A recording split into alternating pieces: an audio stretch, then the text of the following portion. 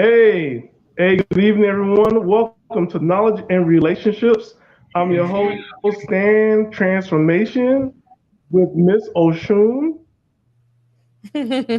How you doing? I am doing okay. I mean, today has been a doozy. I usually, like I told you earlier, I usually look better than this, but today I said, you know what? It's okay. I don't gotta do nothing. I'm just being myself today because tomorrow I gotta do another situation. Like, oh God! But I'm glad I'm here tonight, so it's all right. Hey, Daryl. Hold on, I can see. And you know me, all I did was a wash and go. I just hit the shower, toot-toot, and I'm done. Maybe I'm born like that. Maybe it's Maybelline. Oh no! See you're a mess. Wait a minute, hold on. Your How you doing audio and tonight? your video not What's the working. plan for tonight? Are you ready for tonight's topic? Hey, I'm ready, is but this hold on, better? cause your audio and video is not syncing. Real quick, I can hear you, but it's not syncing a little bit. Oh wow. Okay. Yeah, I don't know what's going on since we talked about you know, but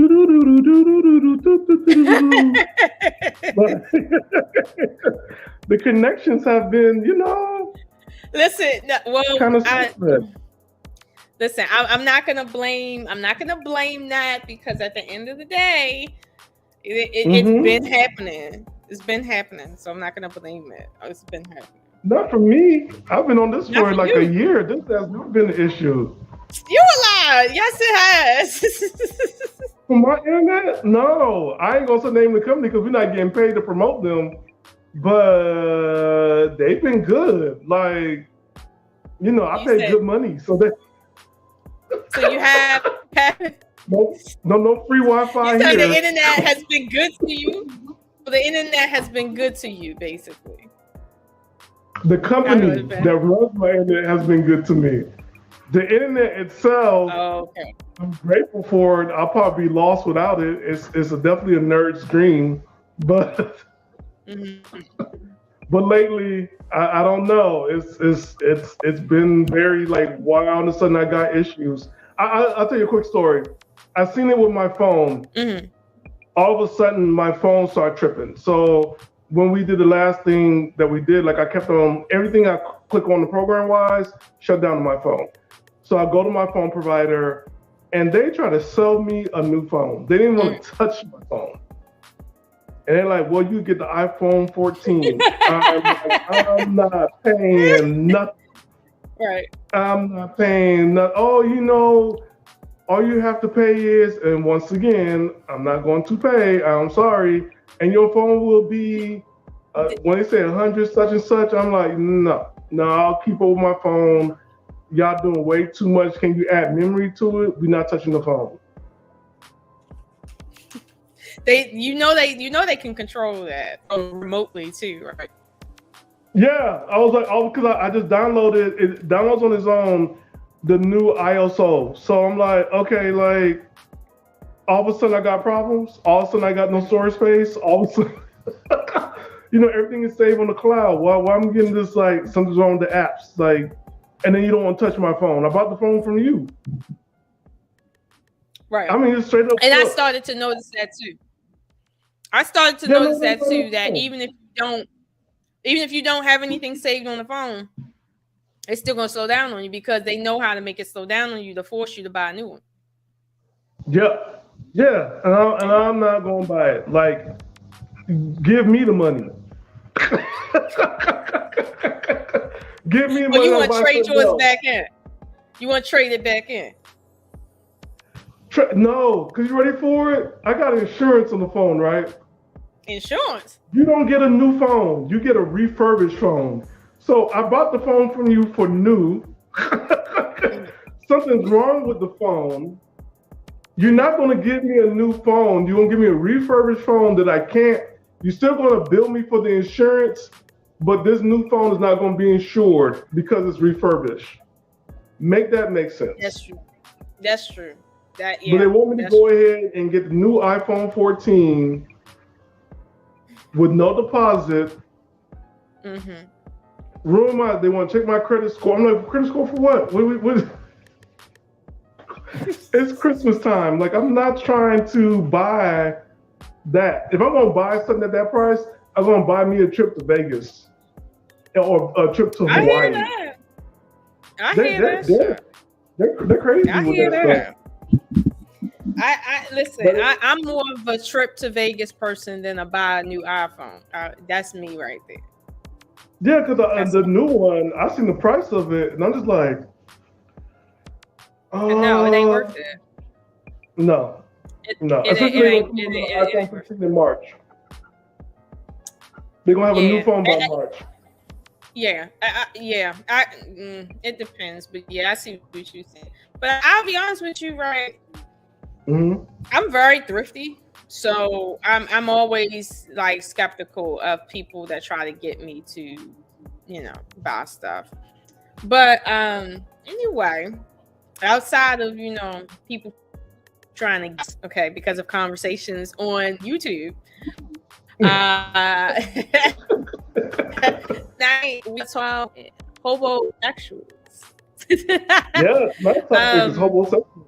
This is going to be an interesting topic. I thought we were going to have more people on here. I did some invites.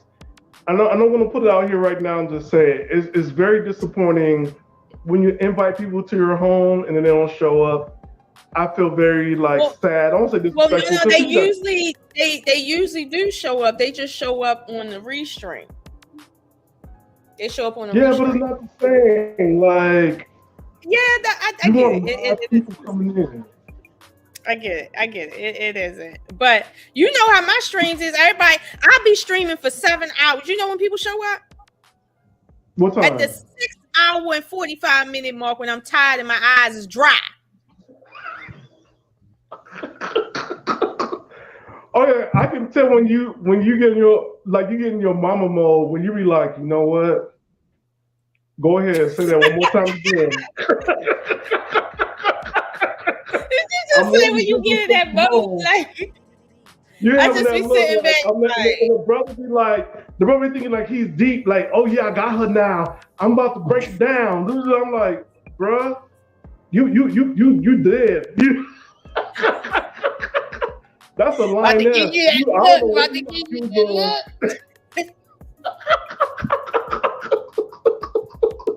Like, brother, you finish you. It's like we need to have that button from that, totality, just boom.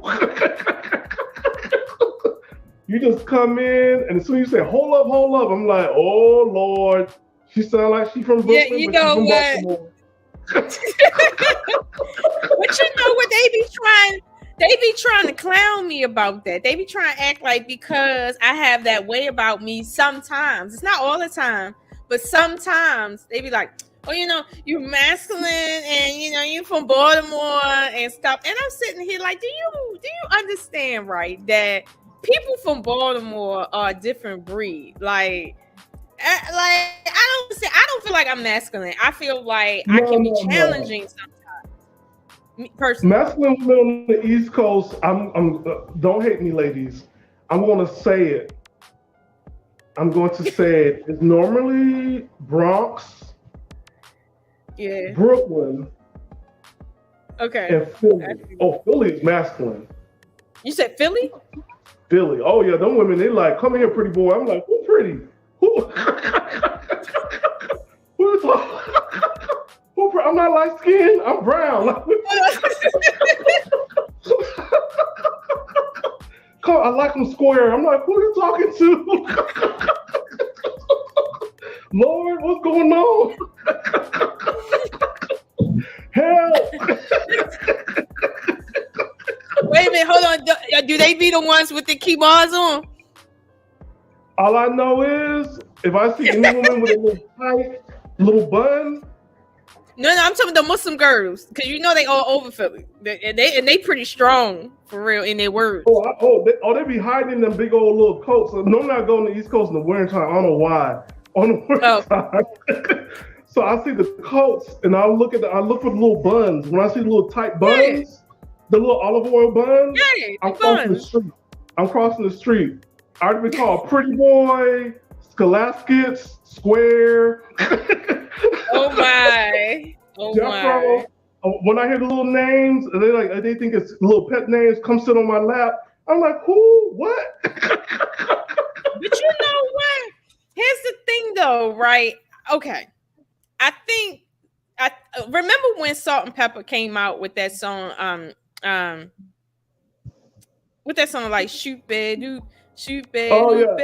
Remember that? That was the first song where I heard a woman openly like trying to holler at a dude, like a try to holler at a girl. Right? That was the first time I ever seen that, and I feel like that song set the precedent for it to be normal for women to be masculine like that while still looking feminine. There's a way for women to holler at you, but what I'm saying, and I love you, Philly. I love you, Brooklyn, and I love you, Bronx. They do it a little bit different. They do it a lot different. Then that's a little different. Like, look, I'm the hunted now. It's not. I'm not cute.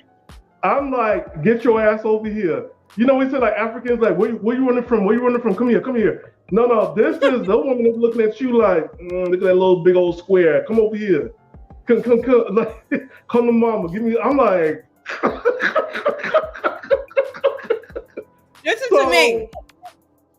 And I have never done that. Baltimore women is not like that. Like the DMV. I ain't never seen that in that either.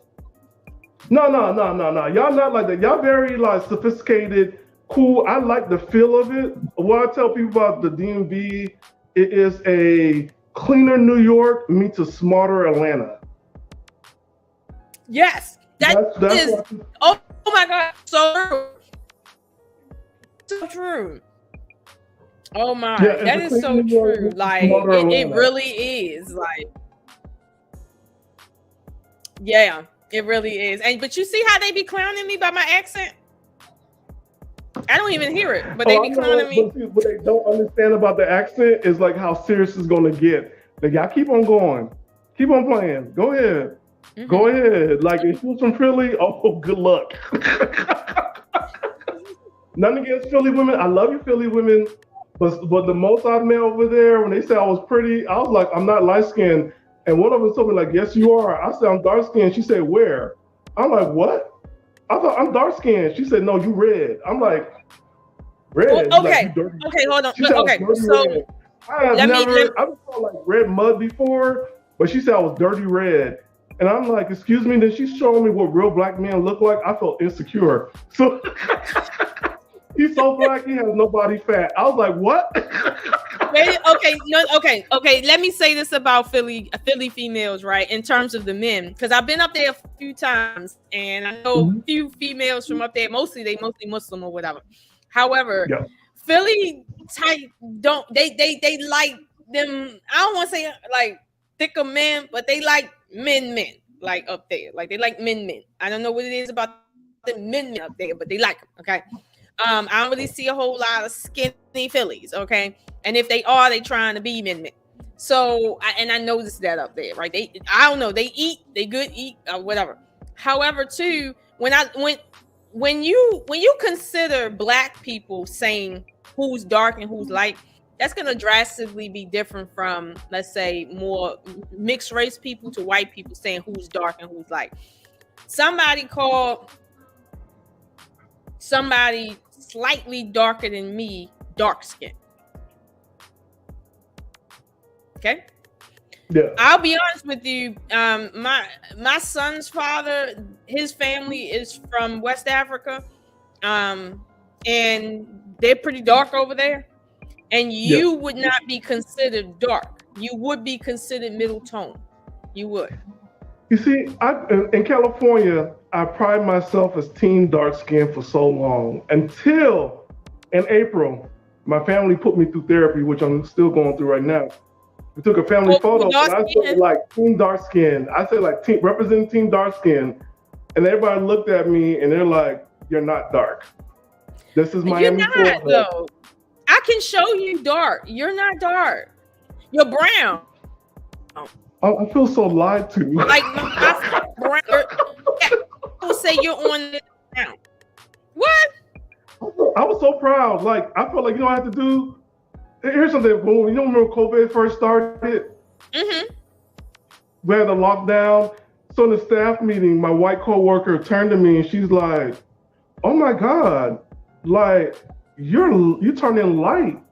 You're not black.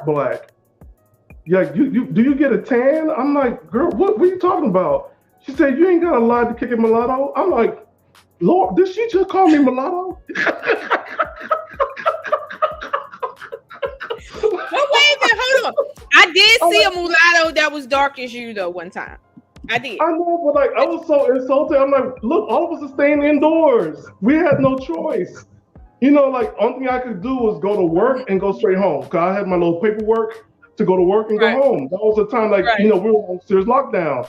Groceries have to be delivered. Like nobody's going inside the stores. I have not seen the sun. I'll look like a vampire. I did not like it. I look like a vampire. But for my white coworkers to go in and just and say I was fake black. I got a lie to kick it. I was like, I don't have to lie to kick it. And I'm just like, wow. They're different. They're a different breed. They're definitely Twilight. Like the vampire Twilight, because we're in it's getting cold. Yeah, it's getting cold. But you know what? During COVID, I actually went out on my porch a lot because I knew if I didn't do that right, I was going to turn pale. Like I know that. Like so, I stayed out on my porch when it was sun. Like so, I mean, I didn't really get a tan, but I didn't get really pale either. Yeah, I'm just trying to say. I knew that was coming. I just made sure. So but I wonder how many people got during COVID. How many people got Hobo-Sexual still inside their house for 3 years? That is true. It was about 3 years. It was almost 3 years. But wait a minute. Okay, hold on. Do you know? Because we can't talk about what we think we know. Do you know any personal people in your life that is a Hobo-Sexual? I knew. It comes to a point. I'll say this: for us men, when I was younger, I knew. I gotten older, I don't want to hang out. Like this is a little. Like for me, I'm working, and you always on vacation. Like how are you able to go? Like you take trips. You don't have a job. Like you don't have a place to stay. You ain't got no job. You don't have a car. You ain't got no money. It's expensive to hang out with you because you never have anything. You be ordering mimosas, like bottomless mimosas on somebody else's brunch. I don't like seeing you and somebody's birthdays in the tapas party because you ordering stuff that you can mojitos that you should not be ordering because you don't have money and you're not gonna contribute. And so, people like that, I got wise. I'm like, no, I cannot hang out with you because how you able to get a phone? You ain't even got food stamps. You ain't got no Section 8. You ain't got no general assistance. Okay. How are you living? So what you're saying is if you're gonna be a Hobo-Sexual, you might as well basically like how women do and get public assistance at least so you burn society. No, that I didn't know that women were doing that. I really didn't know women were. You can be homeless receiving funds. That I didn't know women were doing. I didn't know. Yeah, you can. It's legal. Wow. You can. But here's the thing, right? And a lot of people think that Hobo-Sexuals only affect women. But as you can see with your experience, when you hang out with your friend, if he's a Hobo-Sexual, that's costing you extra funds. Like it is. It's costing you patience, time, energy, funds, all of that. And so it's not just something that women facilitate or that affects women. It affects men too. But see, the thing is, and this is what women was talking about when you are around your friends and you know that that's how they are, it's like, how do you continue to be friends with them knowing that they're living that lifestyle and it's affecting you and your lifestyle? Like, how do you stay friends in that way? To answer that question, like I keep them on Facebook and on Instagram because we really have nothing in common. And you kind of grow out. There's so much time I could spend on going to a club or a nightclub to figure like, man, this is a waste of my money, and doing it every week, right? Because there's no more like real happy hours. Because happy hours used to be dirt cheap, right? So it's not like something I can do in the regular. When I'm looking at your lifestyle, and you're doing things that I can't do because I have to go to work. So there, I'm gonna own it. There's some jealousy there. Cause I'm like, how is this possible that you just came up with a new car? Who's funding you? How do I fit in? How can I get down? But wait, the new car belongs to the girl though. But you see it all the time. Like you see it, like somebody take you out for like they're homeless or whatever, and they go out for their birthday to Vegas, and I'm just like, what? You'd be utterly confused, Dan. Like somebody rewarding you to be a couch potato? Like you getting rewarded? Now if I did it. Hey, how are you? Hey, because if I did it right at 6'1", 285 pounds, muscular, I'm gonna like, oh, he got to kick him out because he up here eating my kids' fruit snacks. He drinking all the juice. He drinking the free tap water. Like I'm just like, I'll be looking like disgusting. Like I can't believe this dude up here in my house, this big ass bear, coming up in here eating everything and doing nothing. And then somebody go around, they're gonna go ahead and take me up to like, gonna take me on trips. So I'm on Facebook like with my new iPhone 15 or 14. I don't know how you got it, but you. So like, yeah, I'm lightweight jealous. I'm jealous. I'm jealous. I'm going up to it. So would you say that Hobo-Sexuals are the new thoughts of the modern day thoughts, like male thoughts? Because essentially, right, they're not Hobo-Sexuals because they look cute. They're Hobo-Sexuals because they're earning their keep in terms of their sexual gratification. I would not say they're new. I'm going to give you an example why I want to say they're new. Growing up, I've seen it when I was growing up, like in my 20s, right? Ready for it? I think we've all seen it, but we ignored it. Go to any Foot Locker or shoe store on Saturday. This Saturday and Sunday. You always see this one dude going to a girl with hella keys and like, can I buy this? Not her son. Not her son. Not her son. And that's when you knew, like, oh yeah, he's a homosexual. You kind of knew there was no name to it, like, oh yeah, he's shacking up. A lot of men they shack up with women because they ain't got no place to stay, and then she's a sole provider for everything. And so I've seen it. Now the thoughts for men, I would say is be the trainers, because those are thoughts.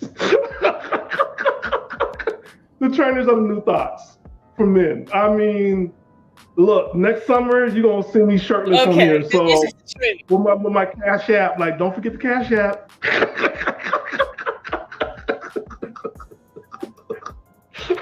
Well, I'll say this, right? Like what Miss Polly just said, guys that get out of jail, right, are Hobo-Sexuals. Let me say this, right? Wait. Hold on. It's not fair. You can't say somebody that come out of, not all. You can't say absolutely I'm not all saying people. I'm not saying they are. I'm just saying, like she said, well, Hobo-Sexuals are usually men that get out of jail. I'll be honest with you, they have a legitimate reason, right, to, if they're going to be living with a woman, that their role is to basically be, the housekeeper, because one, they can't really work in society at the moment.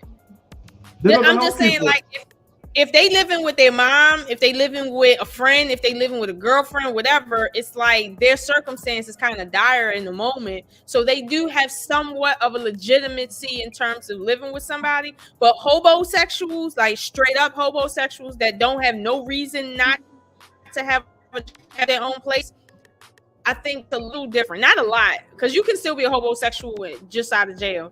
But I think it's a little different. I think the precedent is somewhat there and not there, depending. Well, I will say this too. I'm gonna add on. There are some people that have never gone to jail, and this is how they get by through life.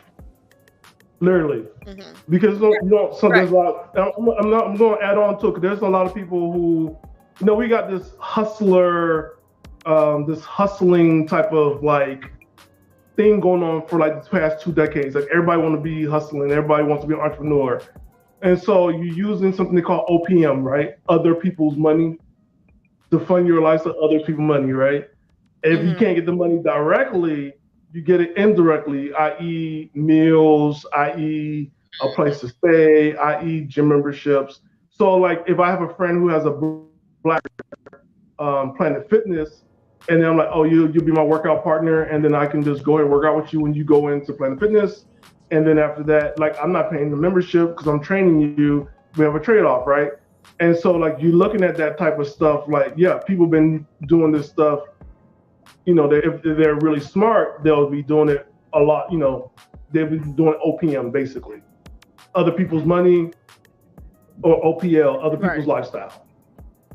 And I agree with you, but like because like it's bigger than just somebody coming out of jail. It's bigger because you look around, just because I exist, right? I want you to cash at me. I'm not giving you no service. I'm not giving you no workout plan. I ain't tell you how I made this. It used to be like I provide you a service. Or whatever, like I'm selling something, a service or whatever, or a plan or a recipe, cash at me. But it's like, okay, you just on my page, cash app. So, it's this big hustling mentality that I'm just looking at it like, I'm just like, what? Like, but you know what? I think the biggest problem, right, is that when it's between men and women, not so much men and men, right? But men and women take a hobosexual. Lola, have you dated any hobosexual? You out your damn head. What you talking? What have I dated? What? Okay, now I see. You got the wrong one. I ain't never dated a homosexual. No, never. Now okay, let me skip. Okay, hold on. Let me tie this point in. Okay. I've never dated a homosexual because I've never had a circumstance where I had a dude living with me or dated a guy that didn't have his life together to some degree. Like, don't get me wrong. Like I've dated guys in my early years that were living with their parents. You see what I'm saying? But when you in your early 20s at that time, you're not a hobosexual because you haven't moved out yet. That's not what that is. A hobosexual, a hobosexual. Like I've never dated a hobosexual. Trust me. Like when I was dating dudes, I don't know what they doing now, but when I was dating them, they had their own shit together. But my thing is, like, some of these girls that be having guys where, and the video we're gonna play kind of shows it. It's like, you have these men where you misinterpret them coming to your house and doing stuff as them being your de facto boyfriend or de facto husband. And you like having them around because they doing stuff, but in reality, they know that you need that and they know what it feels like to you. So they play on that. And my thing is, don't come to my house cooking, clean, and doing if you don't need that from me. I don't. Like, I can date you, go out. I don't need you to come to my house. Like, I really don't. Like, I'm not really in need of that. And it's like, hold on. Okay, so all right, hold on. Let me play the video, right? I'm gonna play the audio from my phone. Just so y'all understand, like, a lot of times dudes be really like targeting dumb females that really think that they need them. But I will say this: the guy is very smart. Can I play this disclaimer? I don't know if he's smart. Huh? I want to put a disclaimer. Real fast. Go The ahead. views, and the message is not part of Knowledge and Relationship M3 TV network. However, please take out your pens and your notebook and start writing things down. Leave people alone, man. Leave them Because alone. I got my notebook.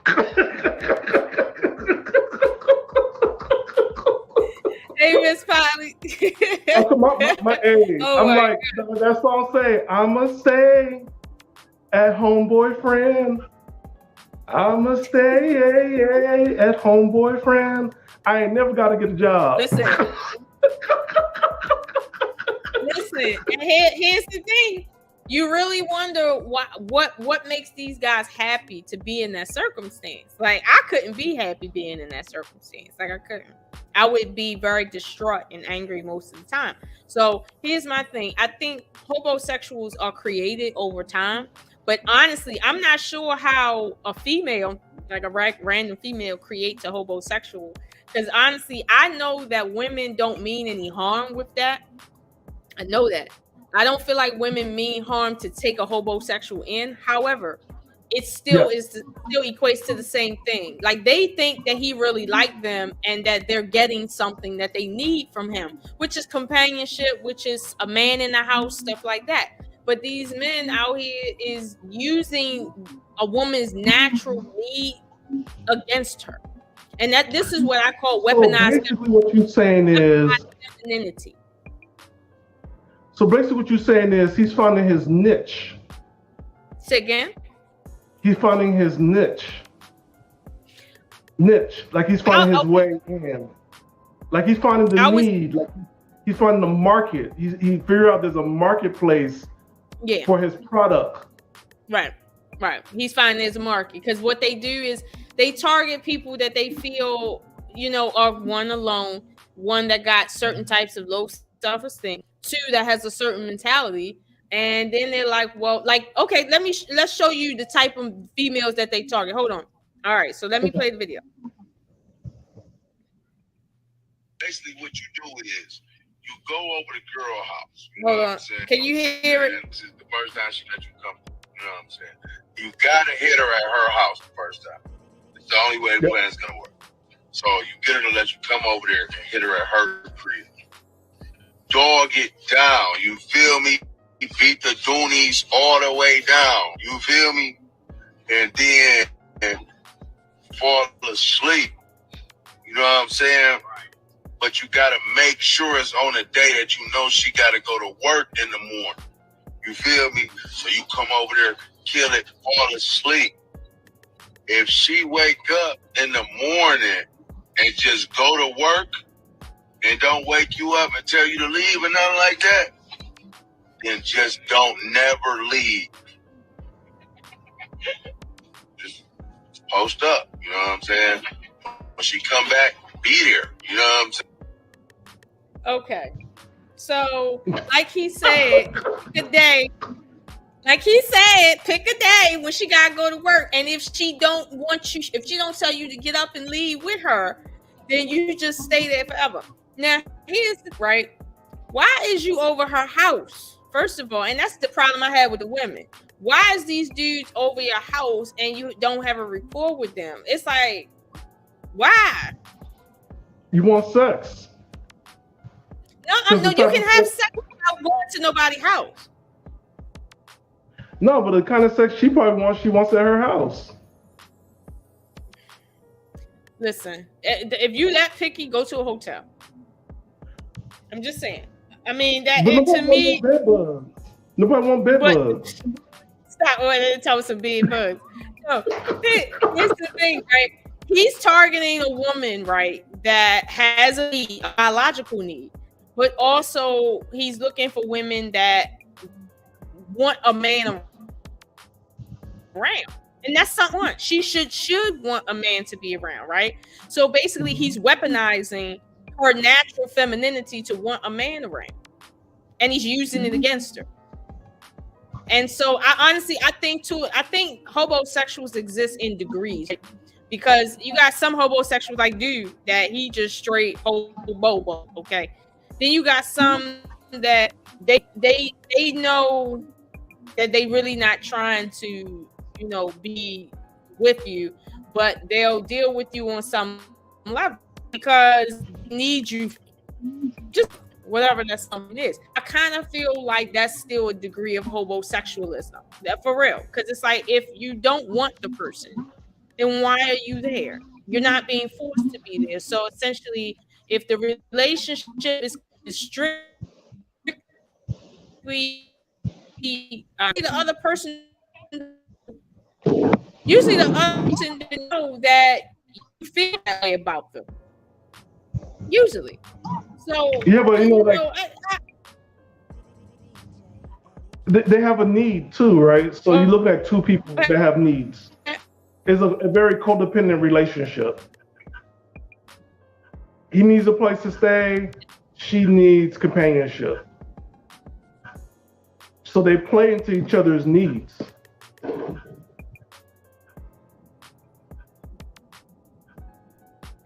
Right? Mm. Not saying that it's okay. I'm just going for understanding, right? Because the person who's a homosexual, right? If they, you know, like, can you imagine you go through your whole life never signing a lease, never having any ownership to anything in the world? What is that about? Like, what is so scary to you that you don't want to own anything, or you don't want to be responsible for anything? What leads to the segue of like, you know what, right. You have these unprotected sex.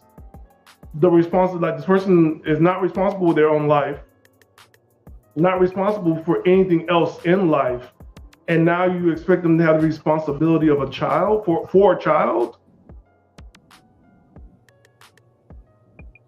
They can't. Mm. Is it wrong for us to have these expectations?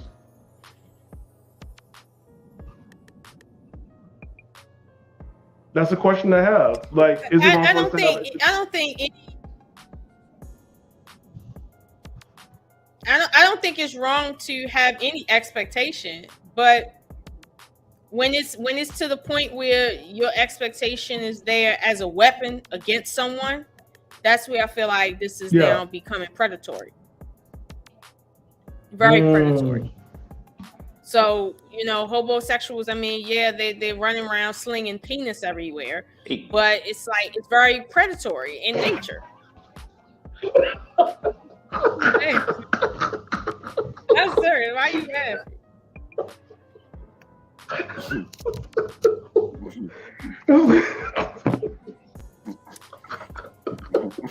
But I don't blame the female. I don't.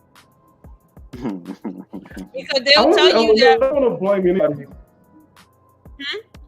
No, go ahead. You said like they'll tell you. They'll tell you that as a woman, you shouldn't. There she go eating again. Yeah. As a woman, they'll tell you shouldn't need a marriage certificate for your relationship, right? So basically, you got a homosexual living up in your house. Okay, fine.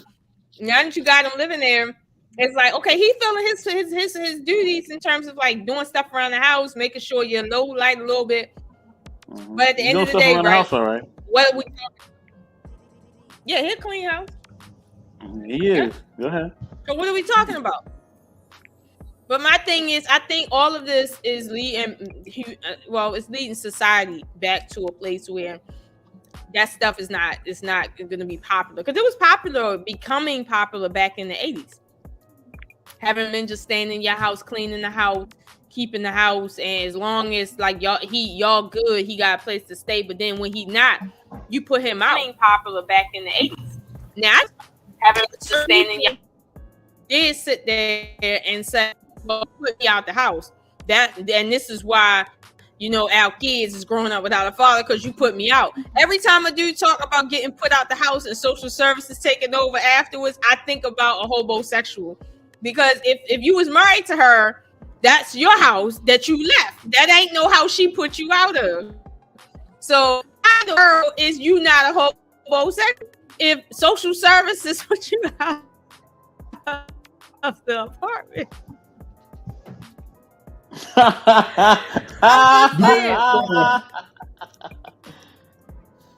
Hey, before I even jump in, I am a gentleman. Miss Polly, welcome. You know what I mean?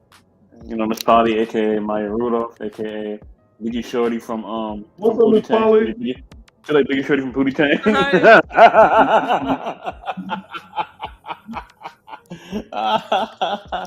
Before I even finish, hey, Miss Polly, go ahead and say your piece. I'll go laugh because, of course, I'm doing business stuff behind the scenes. Oh. So, go ahead. Yeah, I had to rethink it. I said no, but I think this does count still. I think this counts. So I had a bad incident once when I was very young. Well, and there was a gentleman. So we were together. I thought I think it was a hobo-sexual situation that I didn't really kind of see at first because I was young. I just was like, okay.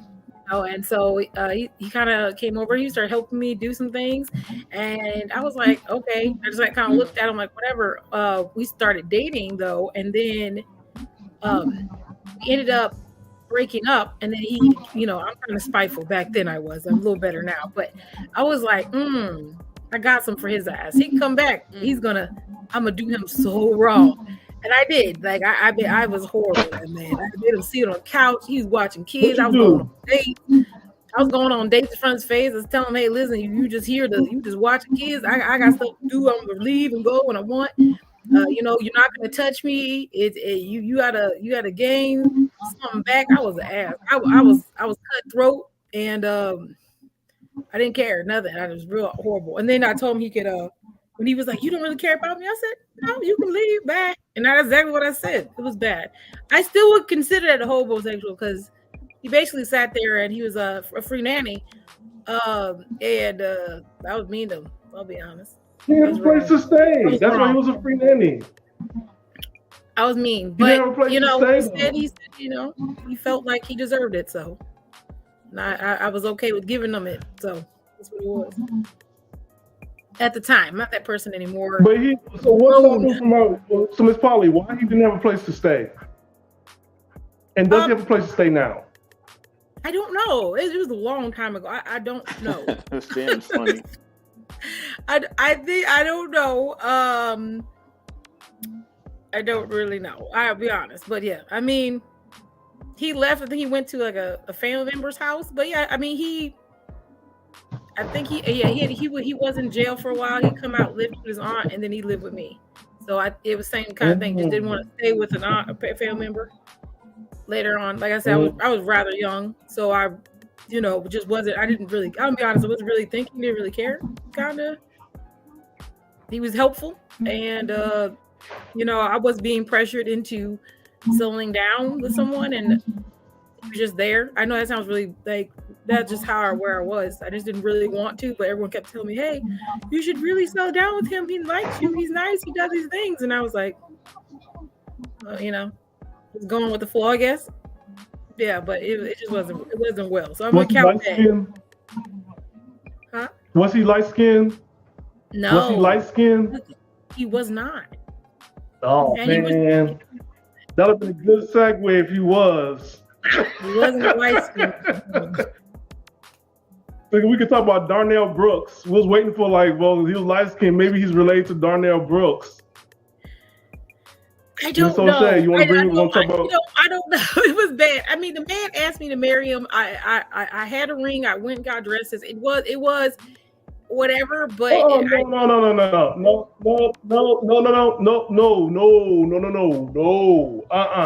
Married? Where you gonna stay? Where you gonna go? He can't see you before you put on the white dress, so you have to go somewhere else. Where you gonna go? It was bad. Where you get the money from? Where you get the money from? You got money for a ring? I was paying for it. You got no money for it was ridiculous. It was bad. Like I said, it was bad. That's the problem. Yeah, look, ladies, let me look at this. Hold on, guys, say this real quick. Ladies, he cannot get you no ring if he ain't got no doorbell to ring. He ain't got no house, and you can't ring no doorbell, he don't give you no ring. Right. It was Done. bad. It was bad. And he was like, Done. you know what? He was Don't probably like entertain 10, the stuff. he was like 10 years, no, more He than was that. He's probably what? like 12 years older than me. He was Older? like 12 years older than me. He's like 12 years older than me. Yeah. It's bad. It wasn't good. Again, what's going on, guys? That you do not want to have a lease, that you don't want to put something in your name. Be responsible for something for you to take care of. What's going on, men? What's up with this? It has to come up for somebody. Got to say something like, "Hey, like you have not been on a lease before." Like that's a red flag. Like we gotta look at some things. It's like development. We talk about childhood development a lot, right, in these platforms, but we don't never talk about adult developments. And ladies, if he's not responsible for his own life, don't make him responsible for a child. You don't have a baby by your boss or your square or that man that you've seen that already have a wife, but you have a baby for a pookie. It was bad. It was a bad situation. Listen, it was bad. You know I'm Haitian. I stick that stuff in. Yeah, no, you know what? No, it was bad. I don't know what, I wasn't in a bad, I wish wasn't a, I was like, I had just broke up with someone too. I had broke up with someone who I had been with for a while. And then I think I was just like, okay, well, somebody else is here. And it was just a combination of bad garbage, but it is what it is. It made me who I am now. So we're just going to say that it was an experience. There we go. It was an experience. Yeah. It was an experience. But I think like, I want to say this for everybody, like it takes two to play, right? I don't want this to be heavy said like it's the women's fault. It's just as bad as the men's fault because, it's cold outside right now. We're Mr. Intellectual SoapBox because I want us to go ahead and do our song. Where you at, sir? When it's cold outside, girl, who you calling? All right, let me go ahead. We all right. All right, I want to start. Knock, knock, can you let me in? Baby, it's cold outside. Oh, wow. Can I be your bedroom friend? Cuffing season. Huh? Oh, that's not cuffing. That's a different type of cuffing season. That's straight up like, that's sponsorship. You getting a sponsorship. That's no cuffing. That's sponsorship. Yes and no, but I'm just saying. No, think about it, right? While you at work, there's a full adult in your house cooking up meals, leaving you nothing, running up your heat, doing wait a minute. heated showers, watching. He did cook for everybody. This anybody. Something else, facing your shows and watch a movie that's already on something else. Look, that's not cuffing. That's straight up. You are sponsoring him. And then here's the sad part about it all. After 30 days, he got squatter rights. He did. He really did. And this is sad. This is really sad. Just like let's talk about Mr. Darrell Brooks. Miss Oshun? Yeah. You want to talk about him? Darrell Brooks, the guy that recently He's team light skin. Although I just found out I'm not team dark skin, I'm team brown skin. So Miss Pauly talked about the team dark skin. We're now going to go for team light skin now. Hey, he ain't discriminating. He's not. He didn't discriminate. No. He was all light skin, and he basically ran over a whole parade of people and killed 5, which one was a child, and injured 70 people. And the thing about it is, right, he was in court trying to explain why his baby mother was a bad mom. and how somehow he didn't run her over with a car 2 weeks before.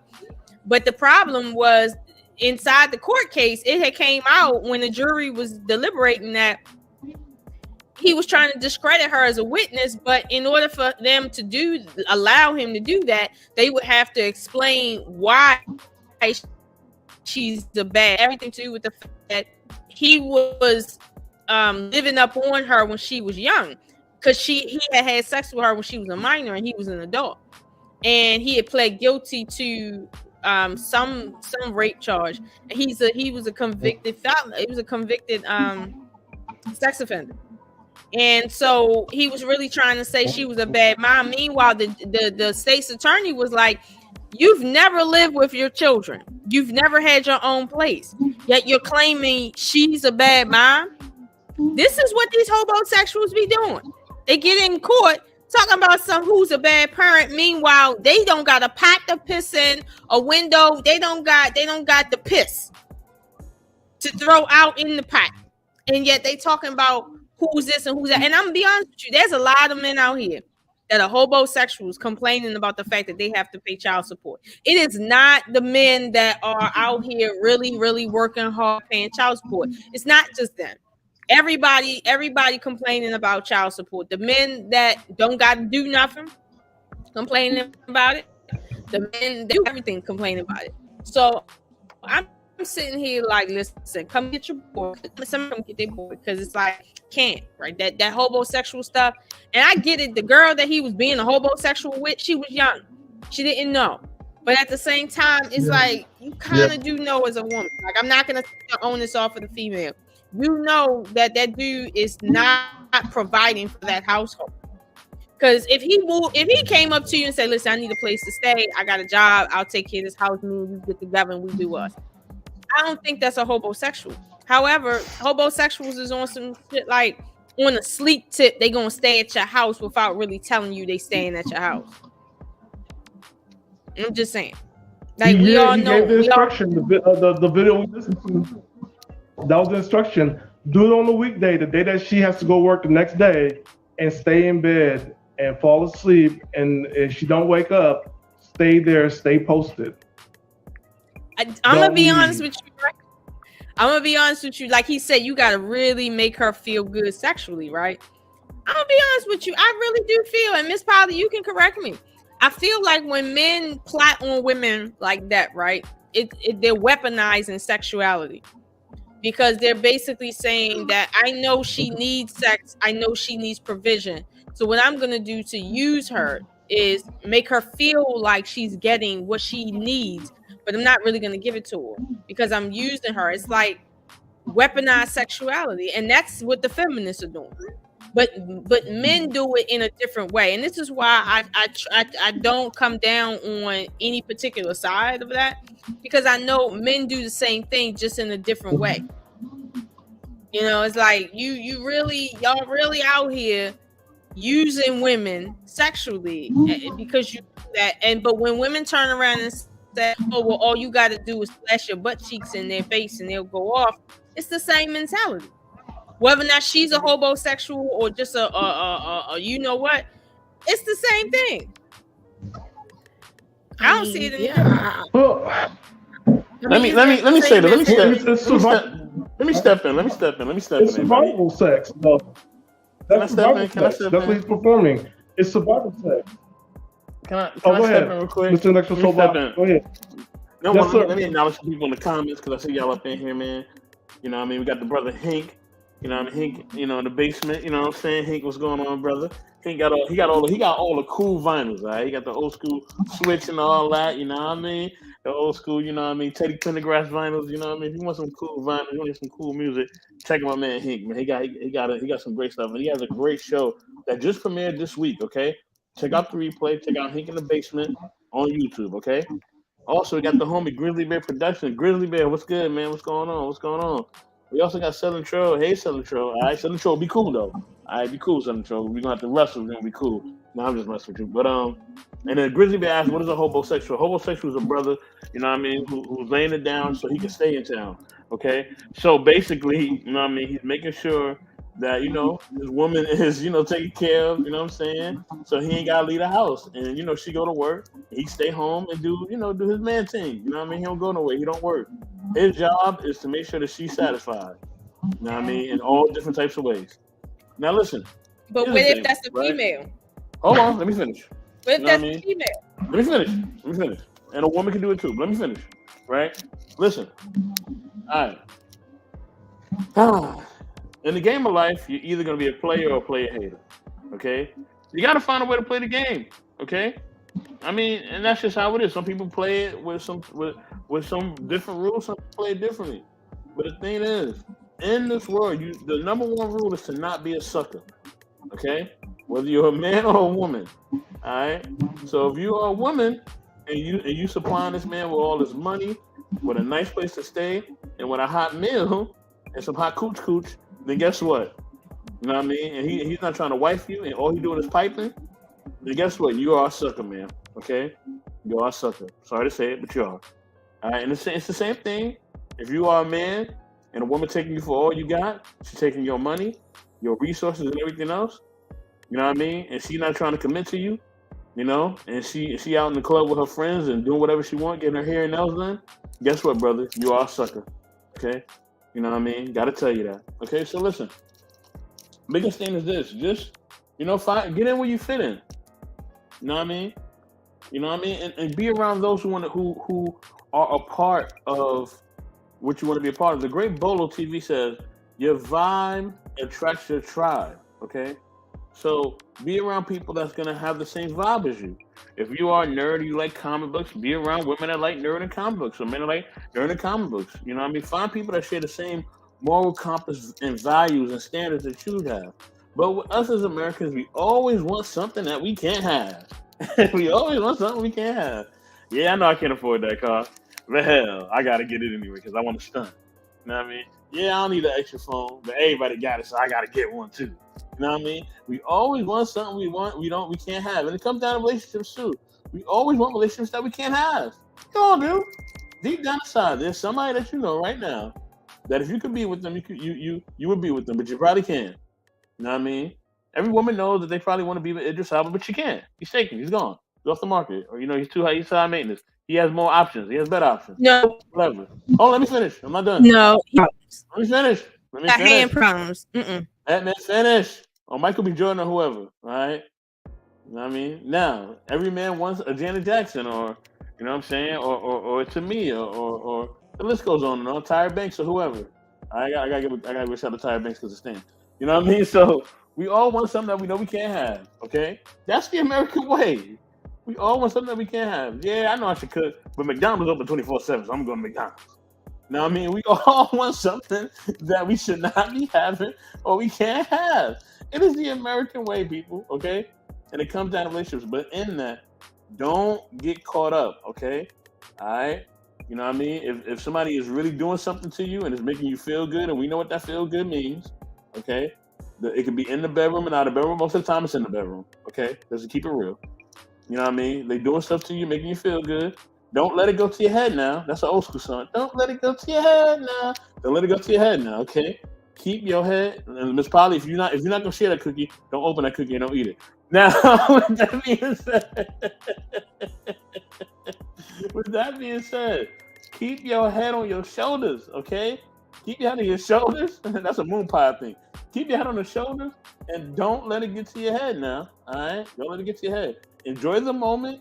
Have your fun. Be satisfied. But understand that this person may only be here for the moment. They are not here for a lifetime. They're not trying to wife you. They're not trying to be a husband. Okay? Please understand that, people. So you don't get caught up in a situation where you're dealing with Hobo-Sexuals and you're dealing with people who don't want to really commit to you and all types of foolishness. All right? This all can be avoided. But that's all I got to say for right now. I just want to add on to it. If you can't be with Idris Elba, you can be with his brother. Holla at me. Yo, I don't know what the fuck is going on right now.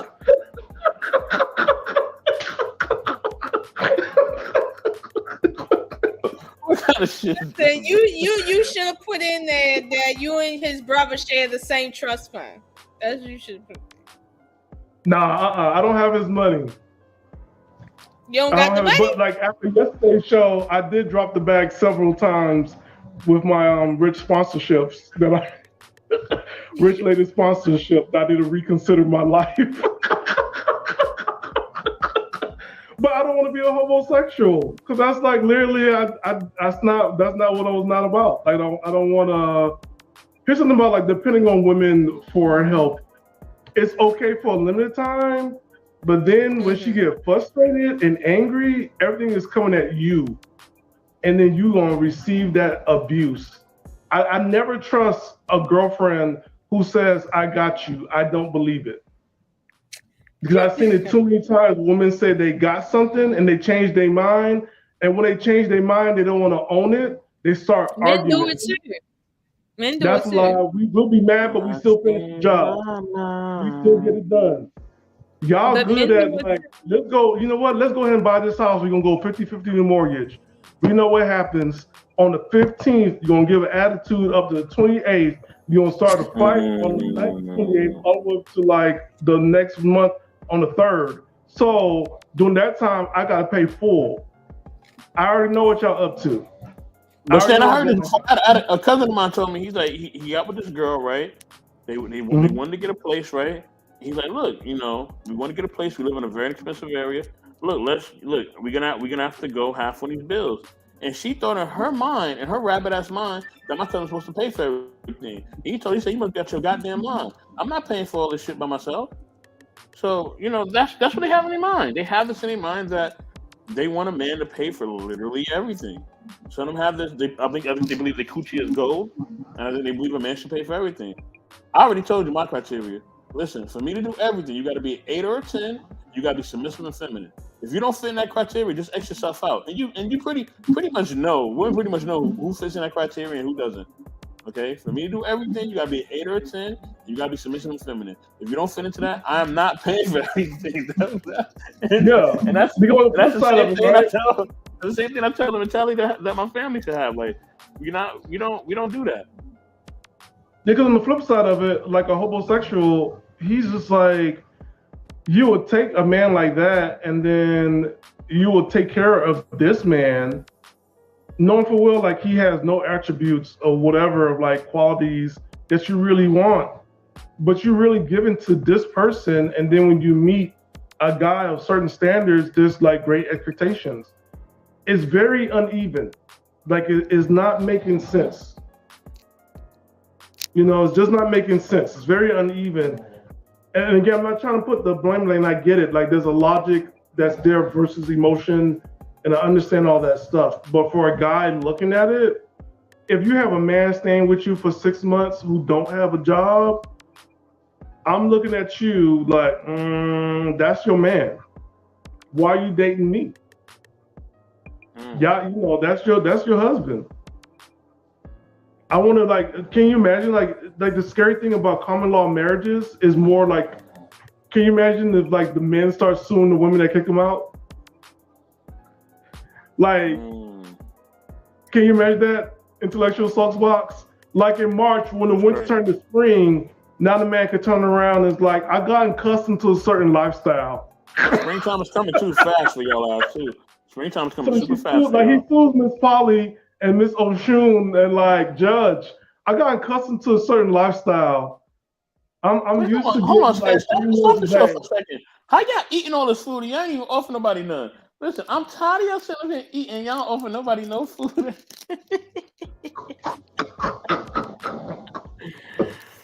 I mean, Brussels sprouts.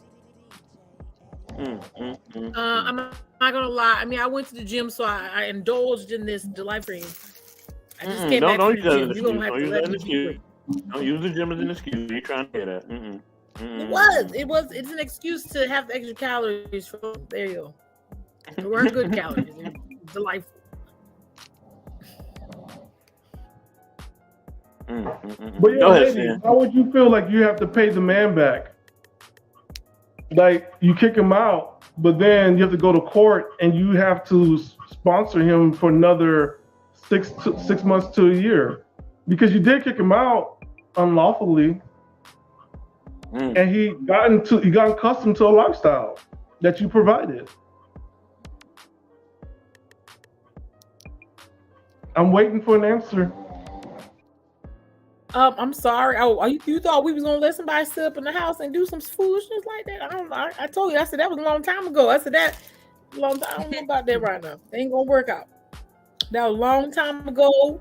Right. You know, I ain't gonna have nobody trying to. No, I'm sorry. I can't. Even because I'm probably. Suppose your friends is dealing with this, and like like, hey girl, like if you kick him out, the expectation is he's gonna take you to court, and you're gonna have to pay for his lifestyle. Like what's gonna happen because you got him shoes every week. She gonna pay. You know what? I'm gonna be honest with you, Stan. They ain't gonna have most of these women who have this situation. Let's just be honest. Okay, so okay. Since this partner, he probably don't care, so I'm gonna let his story go. He was like this because he just don't care. So he has done this in his past. So he used to be a male stripper. So he was out here. Yeah, just it's okay. So he has done those things before. And I'm just saying. But when it comes to like, there's been situations where I tell him like, or because women still try to talk to him or whatever, and I'll hear them because he puts it on speaker. I don't know. He doesn't really care. We don't really care. There's no secrets really. So I'll hear them be like, "Oh, I bought you these shoes. You gotta come back over here." And he's like, "I don't want to be with you." And they'll be like, "No, you don't understand. Like, we don't gotta really be together. You just come over here. I'll give you these shoes."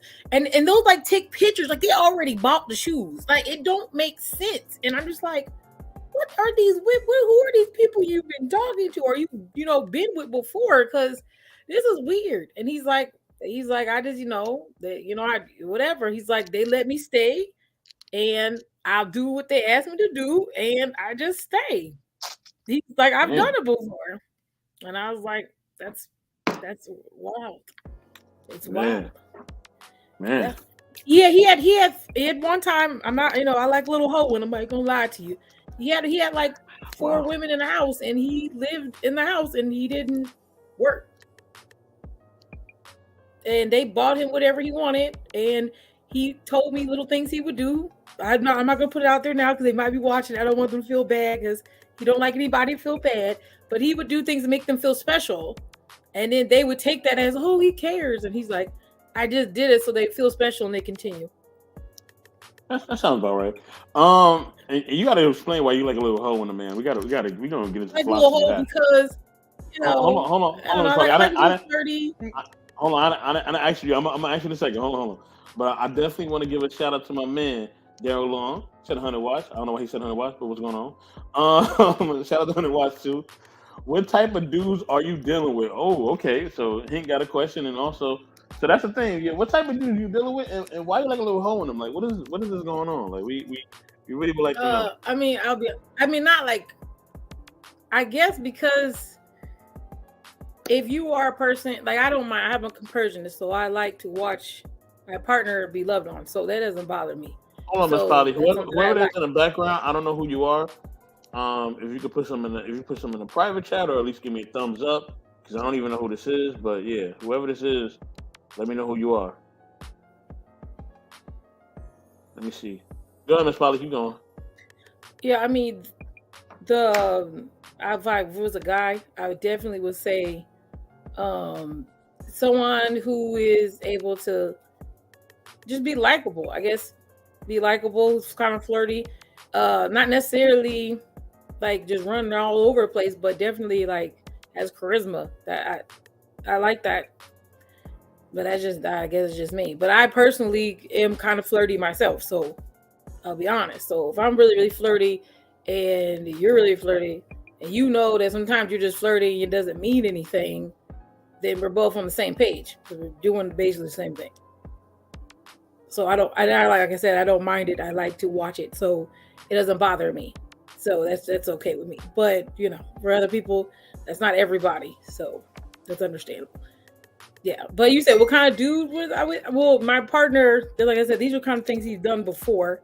Like he's one of those guys. He went to jail for a while. He came out, and these are some of the things he did to get back on his feet. Those are things that he did when he was younger. You know what I'm saying? So he he did these things. And so as we got to, kind of talk about things about our past and stuff like that, those are things that he would tell me, hey, I've done this before. And these are people that he's talked to years ago who still will contact him. And so this for me, I'm like, I didn't really believe it, but I mean, you're saying people, hey, listen, this person still talks to me. And, like I said, our relationship's kind of open. So open when it comes to like, the truth. So if he's sitting there on the phone with the person, like I'm hearing the conversation, then it's just like, I'm just like mind blown by some of the women who are, like they say, they're still single. They're saying, oh, you remember when we used to do this? We could do that again. And you're just like, oh, snap. Okay. And he's like, he'll just let them talk and they'll tell the whole story. He'll just be sitting there. So I've heard it. So I've heard them be like, hey, come back. You don't got to do nothing. You don't got to work. Got man cave here. You don't got to do nothing. I've heard it. Then I'm just like, what is happening? What were you doing? Like that's what I, was curious. So, I mean, he's like, he's like, I don't want to live like that, but I did it. So if he did it, at least he owns it and says, that's what he did. So I don't know. I guess we all had things we don't like to say we did, but I gotta give a quick shout out to the DJ The King. He just sent me some new track. Shout out to my man DJ The King. You know what I mean? So yeah. Go ahead, Stan. I know you were gonna say something. Yeah, again, like it's that whole thing of like you living underneath a woman's roof, but it's sexual. It's kind of like you living with your mom, but you having sex with your stepmother. Is a weird dynamic. Oh gosh. It's a weird dynamic. Because again, go to Foot Locker, and you always see that one sister with a heck of keys, and here's this grown man. Can I get these sneakers? Begging for like necessities that he should able to supply for himself, or like, can I get this additional thing for the haircut? It might be a little bit extra. You see her everywhere with him, but she's the one that's, what I'm saying, like she paying for everything, and she's with him to make sure that he don't talk to other women.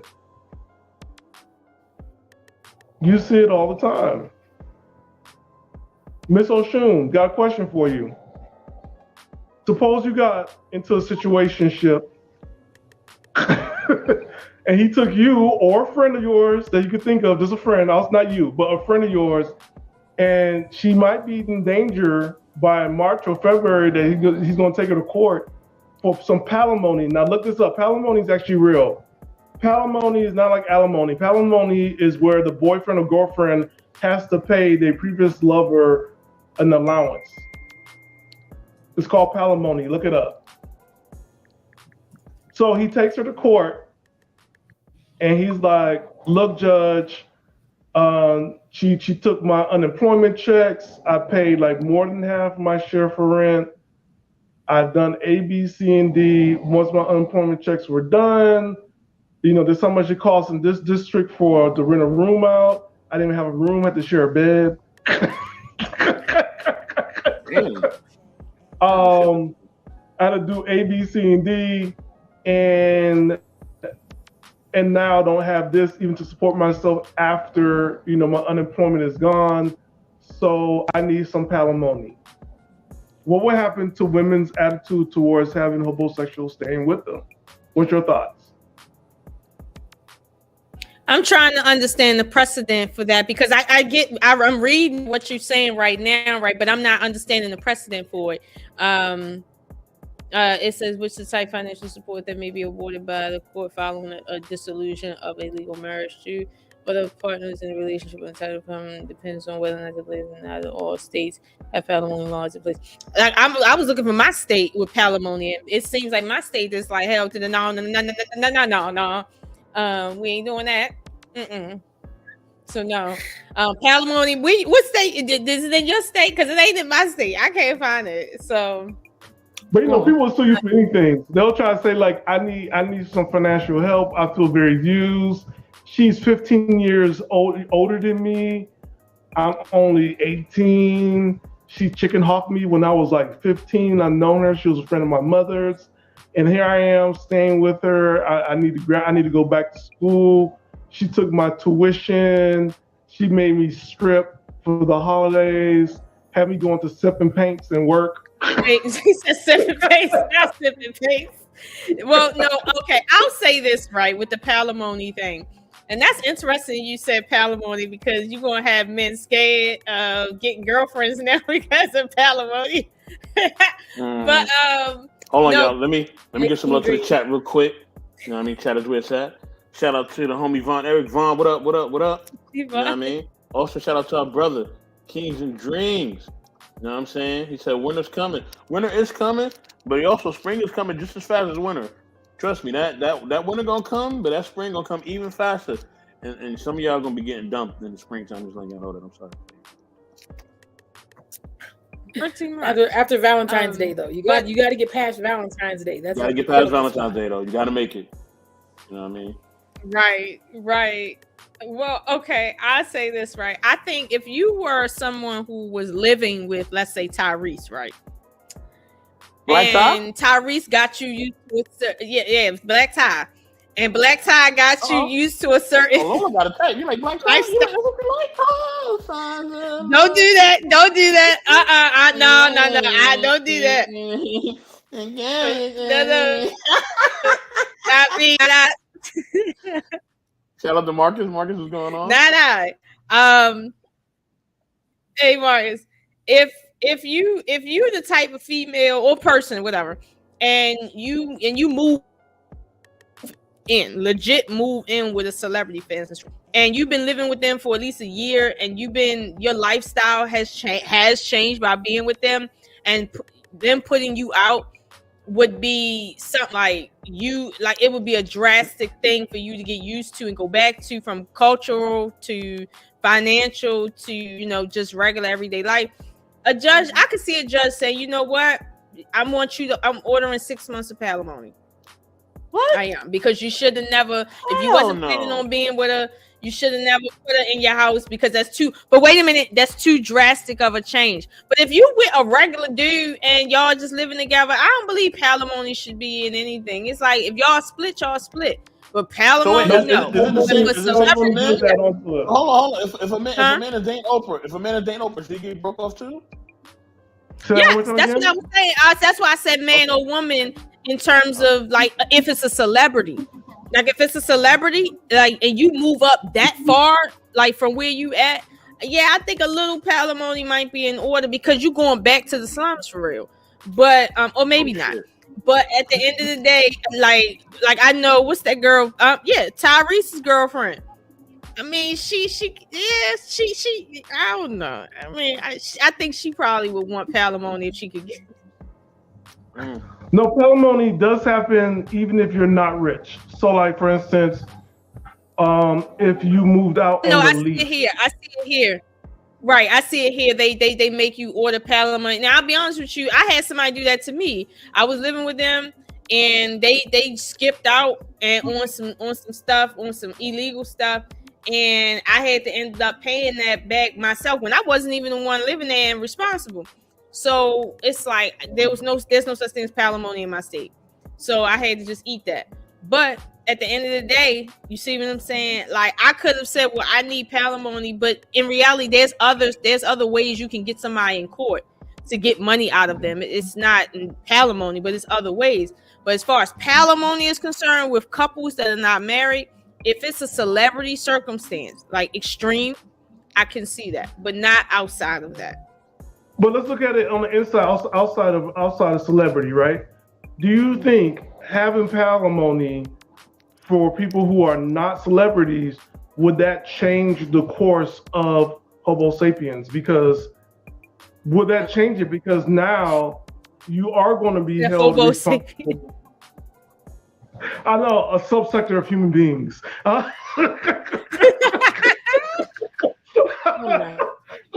got a song for them too.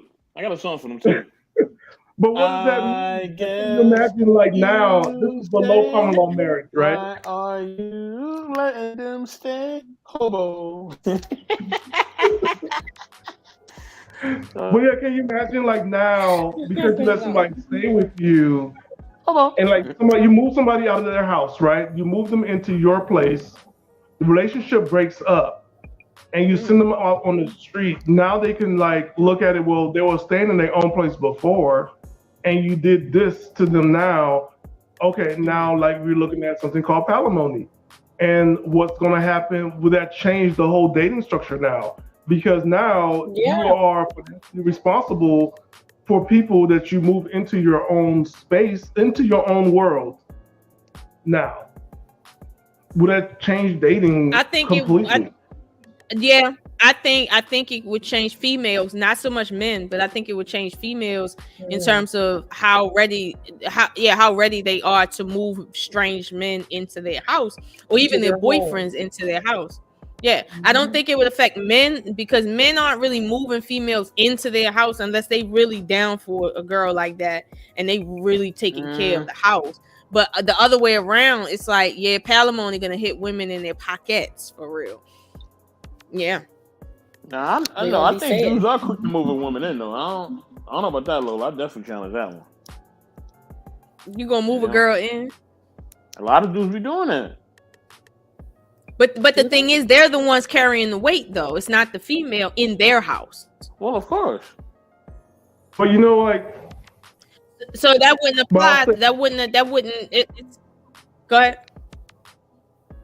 I was gonna say, like, it probably could apply because what it look like if I move a female in, if she's smart, and again, we're in this hustler, entrepreneurship, OPM, other people's money, situationship or generation.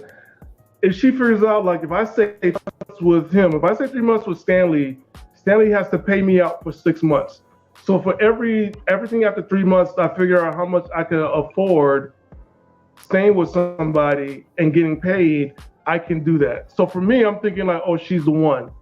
Her coming in like, yeah, I'm going to be here for 3 months and figure things out and then take them to court. And I will have, this income coming in for another 6 months. Some women are like that. There's some, and I'm saying not all women are evil or something like that, but like, let's keep it 100, keep it a buck. There are people like that. They do scheme. They do understand laws. They do understand how much they're worth and what they can get out of the system. Because once you know the system, you can pretty much live just like the Hobo-Sapiens, the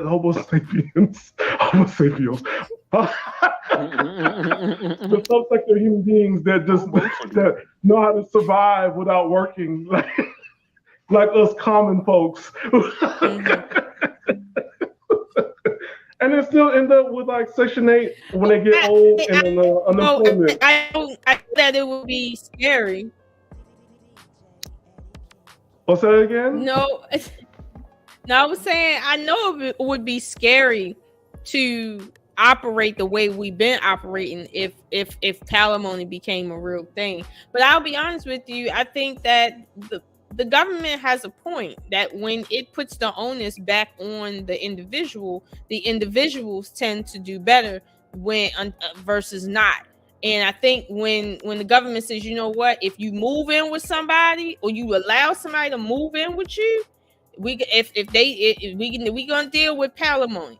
If you want to get a divorce, at the same time, we're gonna deal with alimony. But at the same time, it's not gonna be, well, the man always paying alimony. You might have to pay alimony too. When they start evening the playing fields, then that right now, I believe that if you get married, right, and you sign that contract, and then you decide you're gonna dissolve that contract, you should have to pay the other person alimony if that's the case, because that's a contract, that's a legal contract you're breaking, and it's like, both of you agree on, you can't be the one to pay alimony if you dissolve that contract. Because in any other business contract, if you break it, you owe them money because you costing them money.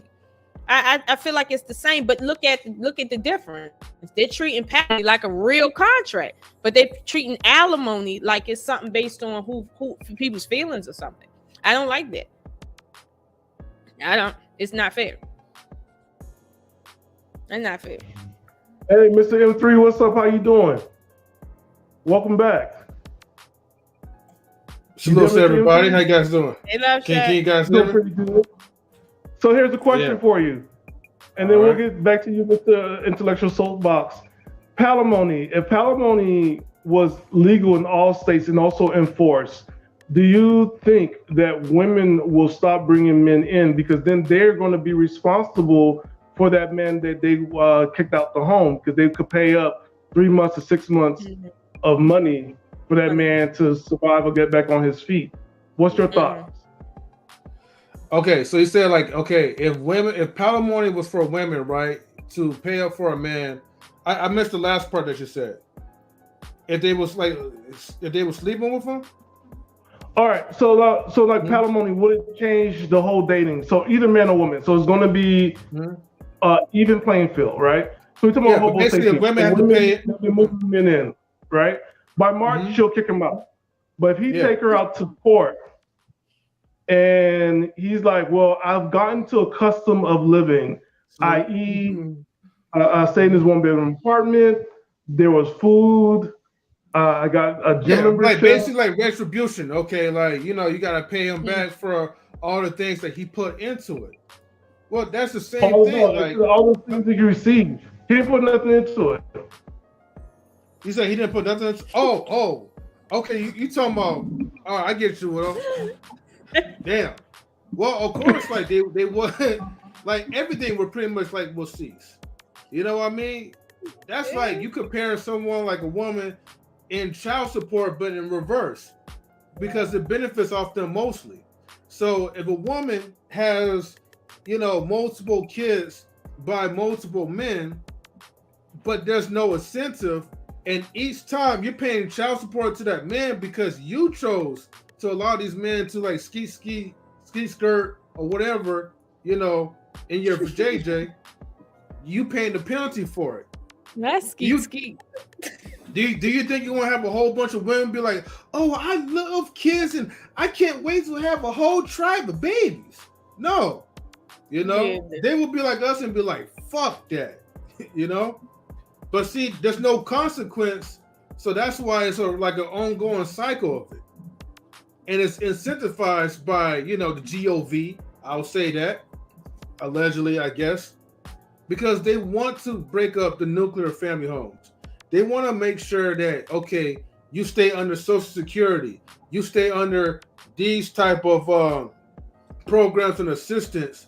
But the benefit is that, like, you ain't got to worry about, the man taking care of you because you got the system taking care of you for you. You know what I mean? So the greatest incentive is making sure that, especially like in black families, that black families don't stay together. Hopefully, that wasn't like a long question. Shout out to Sir Hell Speaks. No, and I love Shaq. Salutes to you. Mm-hmm. You open up a good point because when we look at the decrease of marriages, right, and we understand with child support and alimony that the government benefits from receiving payments, right? So if there's a decrease on people giving birth to children, a decrease of marriages, wouldn't alimony be the next logical step for the government to go ahead and start charging people for having people in your home? Because if you kick somebody out, right, now you have to pay the government to support that person that you kicked out of your home. It could be a child, it could be a relative, it could be your ex-boyfriend or girlfriend. So wouldn't that be like the next logical step in 5 years for the government to go ahead and now start making palimony federal? That's my question for everybody in the panel. Your thoughts. Start with Mr. M3. Definitely the Intellectual SoapBox. But let me. Go ahead, Lola. But wait a minute. Let me take it up a step for you. Let me take it up a step. Right, in my state, right, it doesn't support palimony. But let me tell you what it does support. Okay, it says. Let me show you. Wait, promises to it took y'all to make it have been broken. So let me see, go close. Okay, did you hear me? No. Did you hear me? I said in my state, it says damages may be awarded in cases where promises to marry pregnant individuals have been broken. Maryland may also use oral contracts to divide property under this provision. So it says it does not permit palimony actions, but it does permit promises made broken to marry in terms of marriage to pregnant individuals. Now, you will pay a form of palimony if you tell a chick, well, if you get pregnant or you is pregnant and she make changes in her life for y'all to be married, and you ask her to marry you and you say nah at the last minute, my state about to get in your ass. That's a different level of palimony right there. Let me see. And but it's in 10 states, right? Am I right? With palimony law? I don't know where palimony is, but it's not in my state of Maryland. However, what is in Maryland, like it becomes federal, like across the board, all states, because there's a decrease in marriage, decrease in childbirth. So you're looking at 10 years from now, 20 years from now, the government's not going to get the same amount of money from divorce. It's not going to make the same money from child support. Would be the next step, right? The next step would be for the government to make the money from palimony. That would be the next step, because keep in mind the judicial system rests on people people breaking legal agreements and the whole 9 yards behind that. That sustains the legal system for a large portion of it. However, when you don't have so many people getting married to let alone get divorced, the government is going to try to think of a new way, and they already got these laws on the books, so I can understand that. But what's interesting to me is you will pay a form of palimony if you break a marriage proposal to open in my state. I didn't know that. Wow. And Lola, you're going in and out. Oh, Stan. What did you say? I was saying like you was going in and out, and then Stan disappeared. Oh no! Can you hear me? Yeah. Can you hear me now? Yeah, I was just saying I find it real. I was saying I find it real interesting that we don't have palimony, but we have a form of palimony for women that have been promised marriage and that the guy broke it while they were pregnant. Like, that is weird. Very weird. Okay. That's why I'm thinking long and hard. The reason why I'm thinking long and hard, right, is the things that you just said just now. Because the thing is, okay, Stan is looking at something as to like it could be beneficial in the future for men. But my bad. But I'm looking at this as like, okay, this actually could be a disaster for men. Because now like you're opening up another option to pretty much screw us over financially. Because for those who, I'm for sure there's some people that already know the difference between palimony and alimony, but let me just explain. The difference between, I'm gonna go with alimony. With alimony, you get the compensation because like you're married to your spouse and you parted ways. Whereas palimony is that you're staying under the roof with someone and you're unmarried. Those are the only difference. And palimony is not a federal thing yet, or maybe in the future, but now I'm starting to think that, hey, if the government, the GOP, whoever, gets that type of idea and that incentive to use that as an opportunity, it's going to affect like a whole lot of men more than it's going to affect a whole lot of women. That's what I'm thinking right now. I'm just thinking just far off ahead of it. That's why I was looking at, how would it affect more men than women? Because alimony. How would it affect more men than women? Okay, so the way how like the system is already corrupt, you know what I mean, and the breakage of nuclear family homes, you know, the main thing is to target the women first, okay, because women would be more incentivized to go through the process, you know what I mean, whether it be like, you know, like say child support, I'm just going far off for it, for instance, or whatever, you know, most of the time a woman would try to break a man's pockets, okay, after like, you know, a really bad divorce. And already there's like, I mean, there's some laws that's like, okay, if you've been around a woman long enough and you're unmarried, you know, that woman still have her rights to kind of like take a certain portion.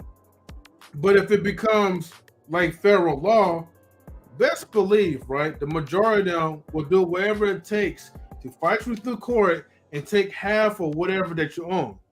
And by the end of it, the government's going to take most of it anyways. And you're going to be left with whatever that's left over after when they take their cut. Because it's like a business, allegedly, I got to say. Yeah, because imagine like if you have a child, you kick your child out the house after 8, right? Mm-hmm. Which is unfair and unjust because the government still got to pay for that child some way, right? But the government can be like, wait a minute, you're the custodial parent. Like, yeah, they can say that. Money, right? Until this child turns 26. So what would that look like for the government to say, like, you know what?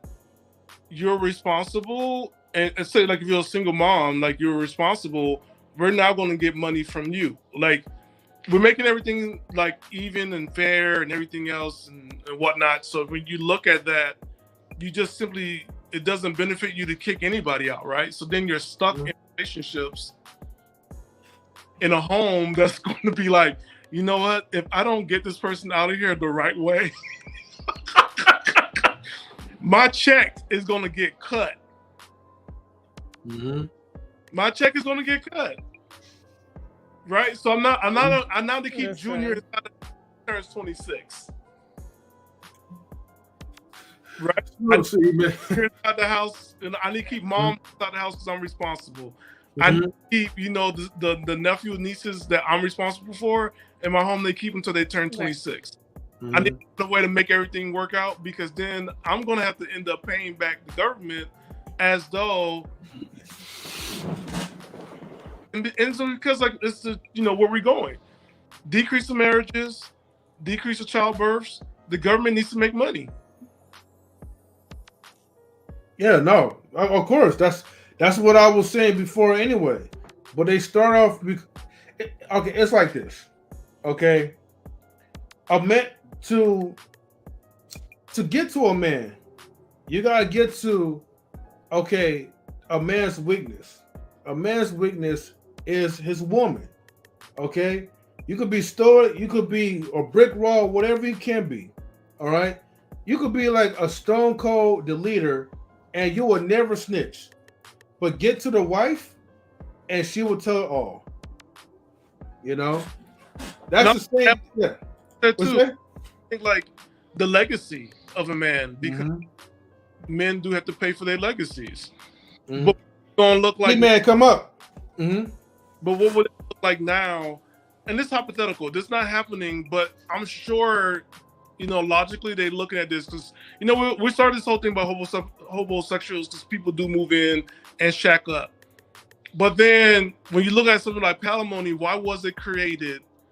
Why is it in certain states instead of common law marriages? Because even in common law marriages, you do have to get a divorce. You do pay alimony. You do have some kind of rights like it's marriage with common law marriages. So you're looking at palimony. Some people found out the system about common law marriages. Then you look at palimony, and I'm like, wow, there are a lot of people who shack up and they break up. But now if you make this legal, the government's gonna get paid bigger than marriages. Yeah, that's why like they heavily incentivized because, you know, they get their cut. And then whatever's remaining, then they give it to you. Oh, hey, gotta go to bed. Okay, Lola. I get you. Hey, can I know like time is up too, it's 8 o'clock. Okay, I won't act like a fanboy. But I see comment section, Mr. Sir How Speaks. What's up? Oh my God. He's listening. Oh yeah, of course. Shout outs to Sir Hell Speaks, ladies and gentlemen. Oh my Lord. When this is What's going on, Sir Hell? What's going on? Listen, okay, did you just sit there and say fanboy? Really? Oh my God. That's not Mr. Sir How Speaks. I'm like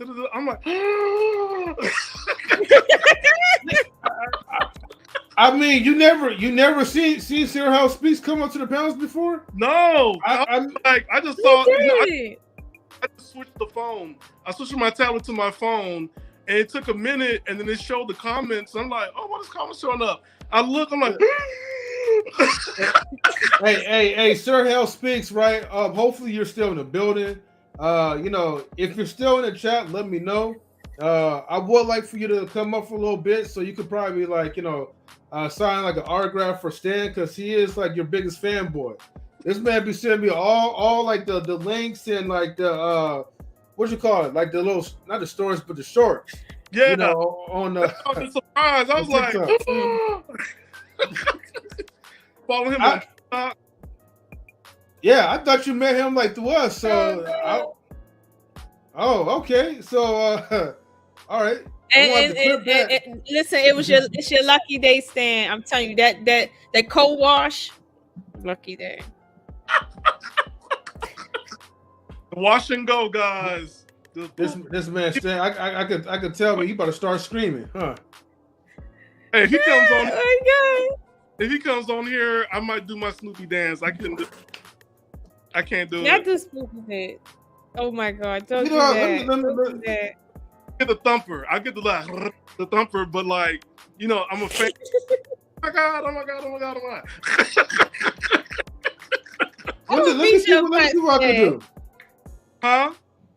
Let me see what I can do. I'm gonna try to reach out to him real quick. See if he can come up for a second. Lola, you think you could take on a little bit? Oh. Say. Oh my Lord, I can't believe it. What you say? You can stick on for a little bit?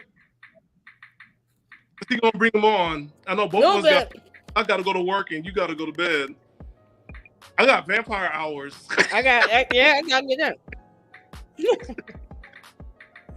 I gotta get up. Could that be another? Huh? That'd be another reason why I'm not dark skinned, because I'm outside and I'm working at night. I'm just gonna say it could be. It could be. Morning when the sisters come out and show me like, you see this is real dark skin. He has dark skin burn. I was like, nah, you good. E, you can come up. Y'all best. Wow, y'all dragging. So Lola, right? Let me ask you this though. What's up with the hoodie tonight? You cold? Listen.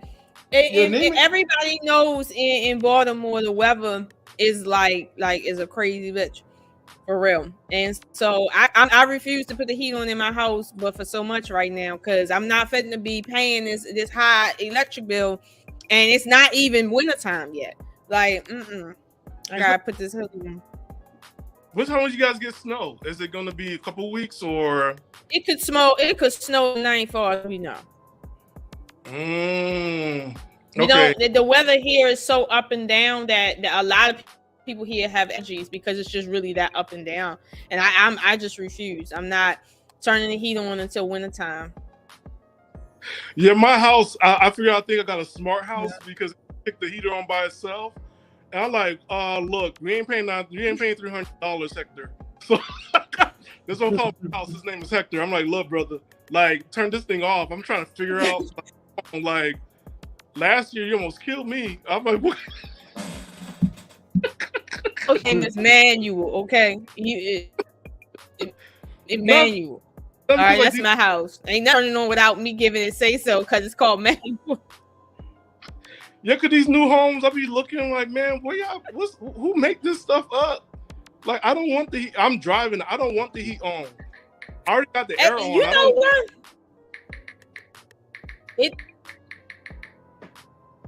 The air is good, but it's the heat really that be getting me, because it takes a lot to heat your house.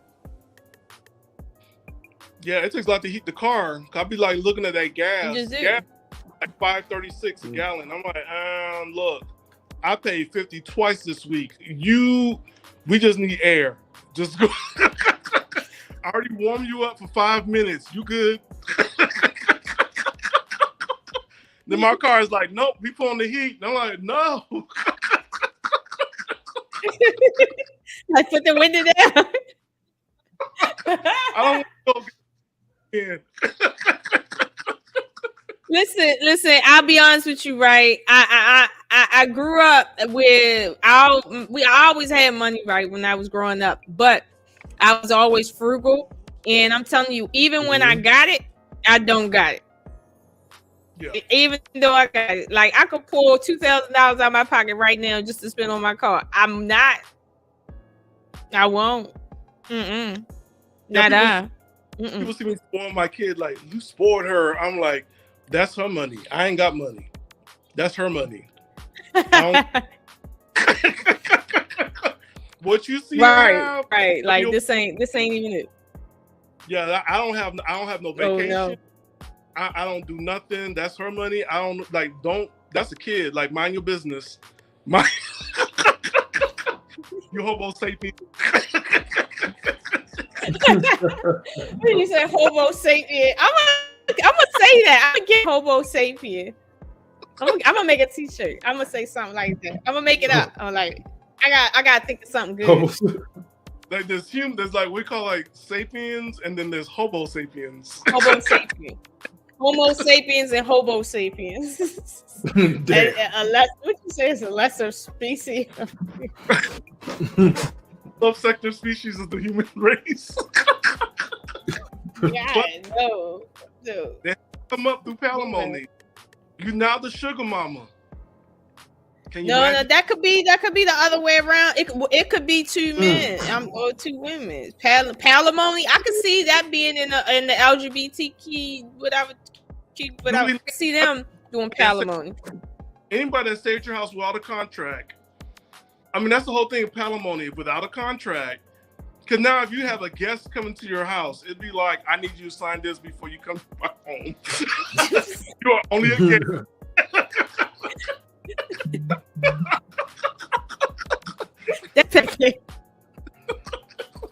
Oh, Stan, that's too petty. Tonight right might there. be a lucky night. What's going on? Oh, you'll see, bro. What? What happened? What happened? Oh, Stan's gonna have a hell of a good night. That's all.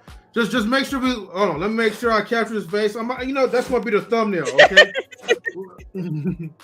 What? What? Why are you doing that to Stan? Just in 10 minutes, Stan. In 10 minutes. That's all. In 10 minutes. That's in 10 minutes. Oh my God. That's all y'all need to know in 10 minutes. 10 minutes. 10 minutes. Okay. It's gonna be Tyra Banks. Brandy. What you say, Tyra Banks? Mm-hmm. What is all this Tyra Banks stuff? What y'all like about Tyra Banks? Tyra Banks. Oh my God. My mom stopped me at the doll. That was the only doll I bought was Tyra Banks. That was it. Not the action figure. I bought a doll. I just want to look at her. Just have her right there. Like the niece, my favorite, she got married and I like her. And then then I had Tyra Banks and I used to watch that. Was that movie Ugly Coyote? I didn't like it, but I saw that. I cried in Higher Learning when she got shot. And she's like, oh no! I love Tyra Banks. Because who she get married to? I don't know who she married, but she got a baby, and so that's gone. She got a baby. Mm-hmm. Yeah, she got a kid. I didn't know. Yeah, she kept under wraps.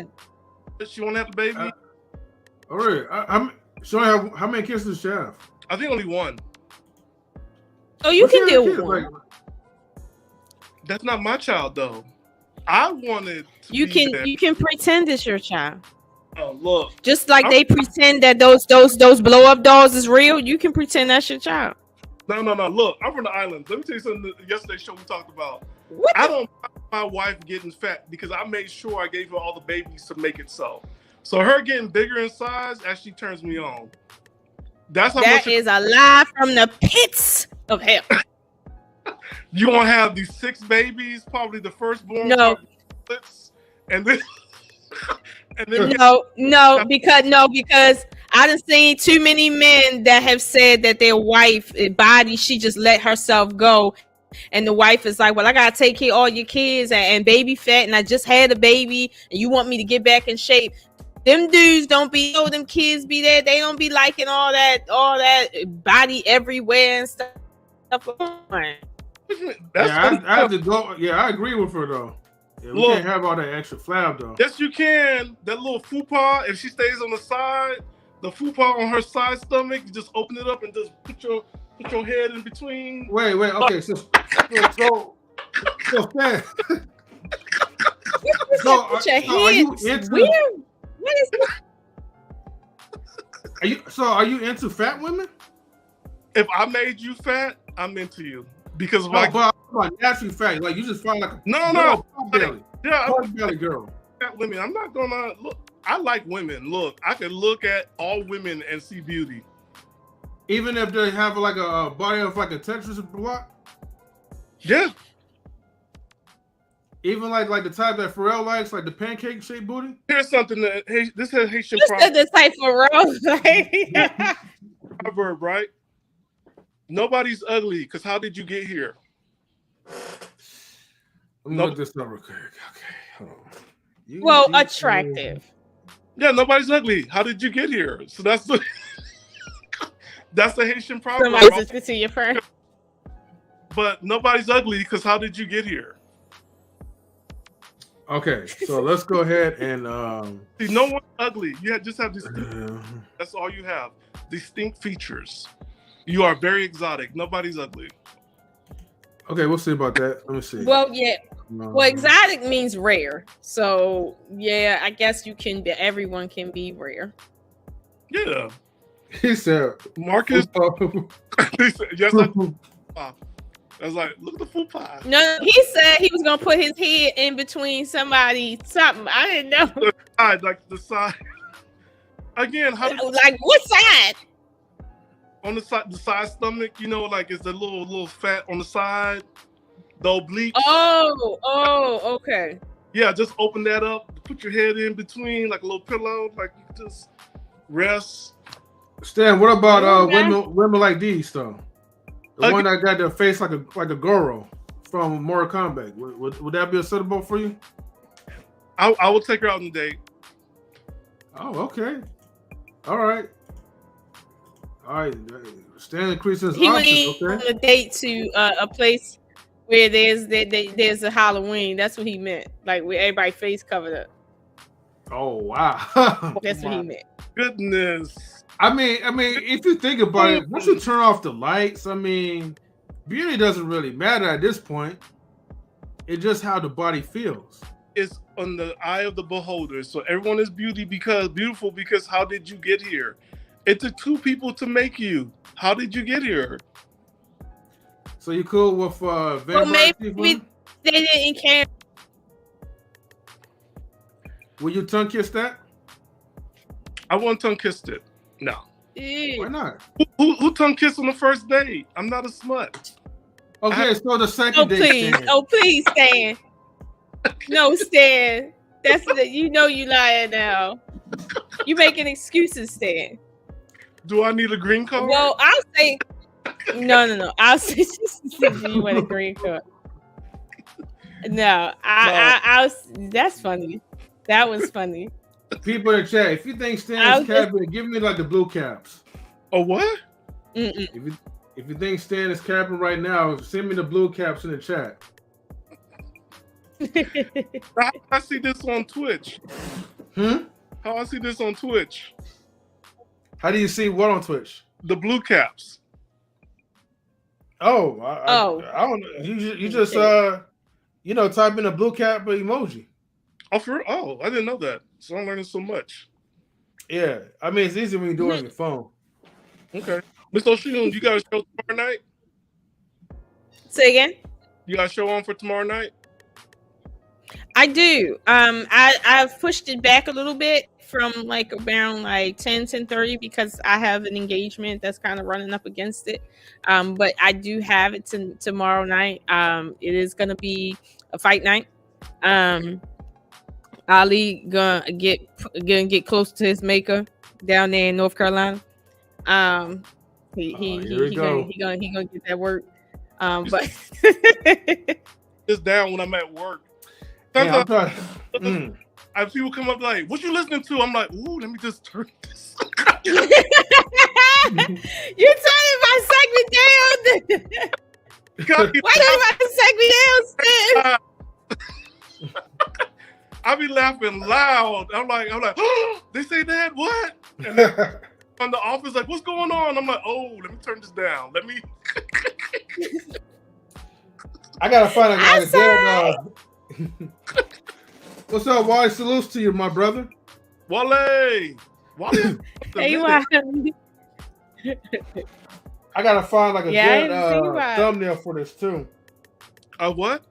I said I gotta find a good thumbnail for like you and you gotta do a Hobo Sapien thumbnail. Oh Lord. Right? He's gonna be I don't know what that's gonna look like though, but that would be funny. He's for a trainer like looking for a place to stay because hey, y'all raw. Personal trainer. Okay. No, because like that's the people like go around like staying someplace. I always wonder about that. Like, how do you go through life not wanting to have your own place? Like, I understand the whole thing is like not wanting to be alone, but if you had your own place, then welcome people in. Like, it's yours. So you don't worry about being kicked out because it's yours. So why wouldn't you want to have your own place as opposed to depend on somebody else? That right there is something. I think it is a psychological block, but it probably was developmental. Yeah. I think like adulthood. I was talking to my stepdad about this. Like adulthood is not happening. Like people have been stuck being teenagers for so long. You don't see people wanting to be adults anymore. So you see people that should be out, like 21-year-olds should be out, but they rather stay home because their parents is out. So you go into the same nightclub that your parents are going to, or your grandparents. So you see 4 generations of people at a nightclub. Grandma there, your mom there, you there, your kids there. It's like, okay. Yeah, no. I met a girl. I used to work with a girl. And I used to work in the kitchen. She had a 16-year-old, and her grandmother was still alive. And me and her were the same age. Yeah, she had a grandchild. And I that was when I started, like, I couldn't understand how people my age, because I was so young, could be grandparents, like, just out of their 20s, like 29, like 30, 32, being a grandparent. And I'm like, I can't do it. But see, she started having kids extremely early. So by the time she hit, like, I think she had her first child when she was like 15 years old. And when her child turned 15 or 16, that child had a baby. So she was literally 30 years old when she became a grandma. Wow. Well, not grandma. And her grandmother. She's a what? She's a grandma. That's what they call glam. Grandma? Oh, I see. Grandma and grandma. That won't be called grand. It's GLAM, ma. Glam. Grandma. They don't want grandma. That call me grandma, and then that's crazy. Everybody trying to run away from the name, though. I don't like that. Like, the grandma? No, you're talking about. I think she's talking about the grandma. Huh? You talking about the name of the grandma at a young age? You talking about? Yeah. I mean, if you're a grandma, you just a grandma. Yeah, but the grandmothers nowadays are not our grandmothers. Okay. Others, I'm like, all right, Stan. Little Bob going on. Okay, Stan. Hold on, real quick, right? Let me get this ready, ladies and gentlemen, because Stan is about to explode. So, hold on, let me go ahead and put this close up, right? So, ladies and gentlemen, right? I want to introduce Stan's biggest idol, Mr. Sir Hell Speaks, in the building. What? So hold on. So hold on for a second, right? Now, before I begin, right? Before Sir Hell, right? Before you speak, right? The funny thing is, right? All this time I was thinking Stan knew you through us. Yes, that's the real Sir Hell Speaks, my brother. Okay. But I guess it was just a coincidence. He was just a big fan of yours, Sir Hell Speaks, because he'll always send me like the live clips, and I'll be like, well, he knows that I know him, so I'm just thinking he's like a proud supporter. But I didn't think like he was like like your biggest fan until now. So the guy literally got starstruck like when he saw like your name in the chat. So hold on, yep, bam, I'm gonna use that for the thumbnail. How you doing, Miss Polly? So this is what I'm gonna do, right? Oh my God. Okay, Lola, Miss Polly, hang in the back, right? I want to give Stan and Sir Hell Speaks, right? Just a moment so he could just articulate his thoughts, because right now, Stan is just shocked right now. So I'm gonna give you guys a moment. Sir Hell, thank you so much for coming up into the chat. I appreciate it. I'm gonna say this real quick. You don't ever need to give me a birthday or Christmas present ever in life. Thank you. You know what? Thanks, Sir Hell Speaks, for coming up. But hold on, I'm gonna give you guys like a moment so you can say whatever you want to say as a fan. So hold on, everybody. I'm gonna put everybody in the backstage real quick, just for a few seconds.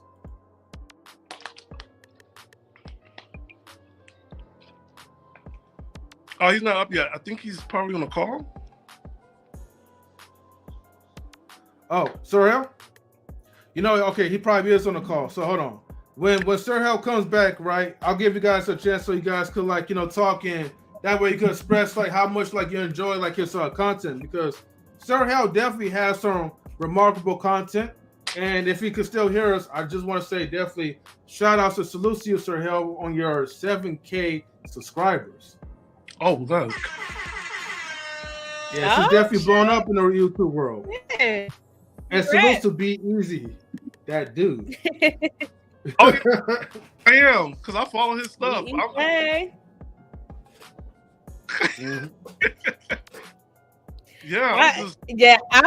follow it too, because I like the vibe over there too as well.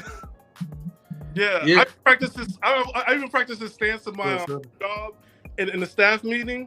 I what? That's very true. I need you to listen very quickly. So this is what we're going to say. I want you guys to understand that the policies that we have right now in this agency are what we have for our clients. And I just... Yeah, I even I put that in my staff meeting. They listen. I'm like, oh my God, this is very effective.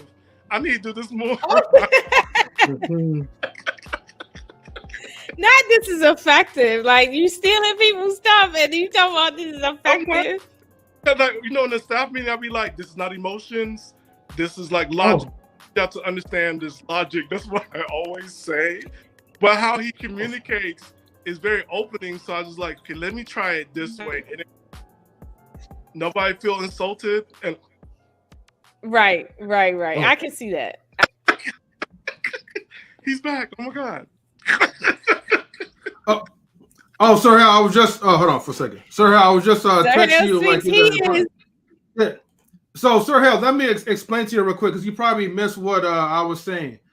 I was giving Stan a chance. Anthony, before you go, can I say something? Yeah, sir.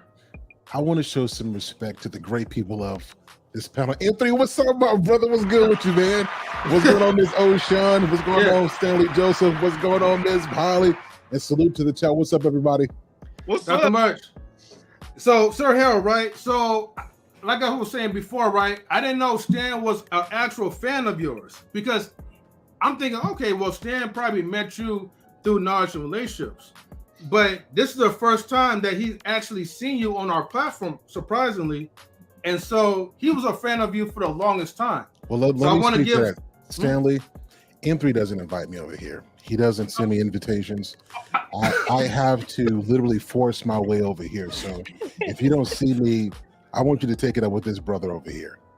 Yeah, I mentioned my coach, Mr. Let Go. That's how I knew about you. Yep, my guy, yep. Mm-hmm. Oh my God. But, sorry, I don't throw me on the bus like that. You know, it's always an open invitation for anybody to join us. Listen, I believe in honesty, man, and I feel discriminated sometimes because. But listen, we can talk about this, after the show. But I just wanted to let that be known. I feel you though. But yeah, I want to give Stan like a chance because like there was things that he wanted to kind of say personally, like as a I don't know if I should call her a fan. I'll just say more of a supporter. Yeah, I just want to ask you a question. Mm-hmm. If possible. Sure. Okay, so the question I have for you, we talked about Hobo-Sexuals, right? And one thing we just brought up is like palimony. If palimony becomes federal, because if you look at the decrease of marriages, the decrease of the birth rate, how else will the government make money from people shacking up if people are not doing common law marriages, right? So each time I date somebody, I bring a girl over, it doesn't work out. I just took her away from her own home, her own apartment into mine. And within 6 months, I take her out. But then, okay, here's palimony. I do have to pay for her lifestyle, and the government would make a kickback from it. So how much likely would that happen, or what would that impact relationships? What's your thoughts? That's a good question. Something I had not hadn't thought about, but I could see that though. Like, I think didn't the planet just hit 8 billion people not long ago? Yeah. So yes, with all that's going on, you're right. Government is going to have to find a way to make some money. And I think that would be the thing, but I think it's going to be marriage without marriage, if that makes sense. You got all the legal obligations and financial obligations. So to me, you might as well, if you want this kind of life, get married, find somebody suitable. Go get married. That can, that's what I say. Mm-hmm. So what do you think the impact will be relationships? Like, how will the relationships be different now, knowing that you do have to pay as though it's marriage if you're just playing around? Well, I think it would make adults have to be adults.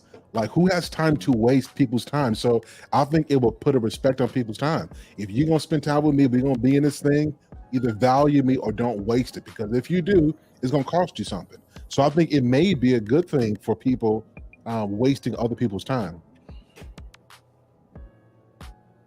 All right, go, Miss O'Shun. You have a question. Go ahead.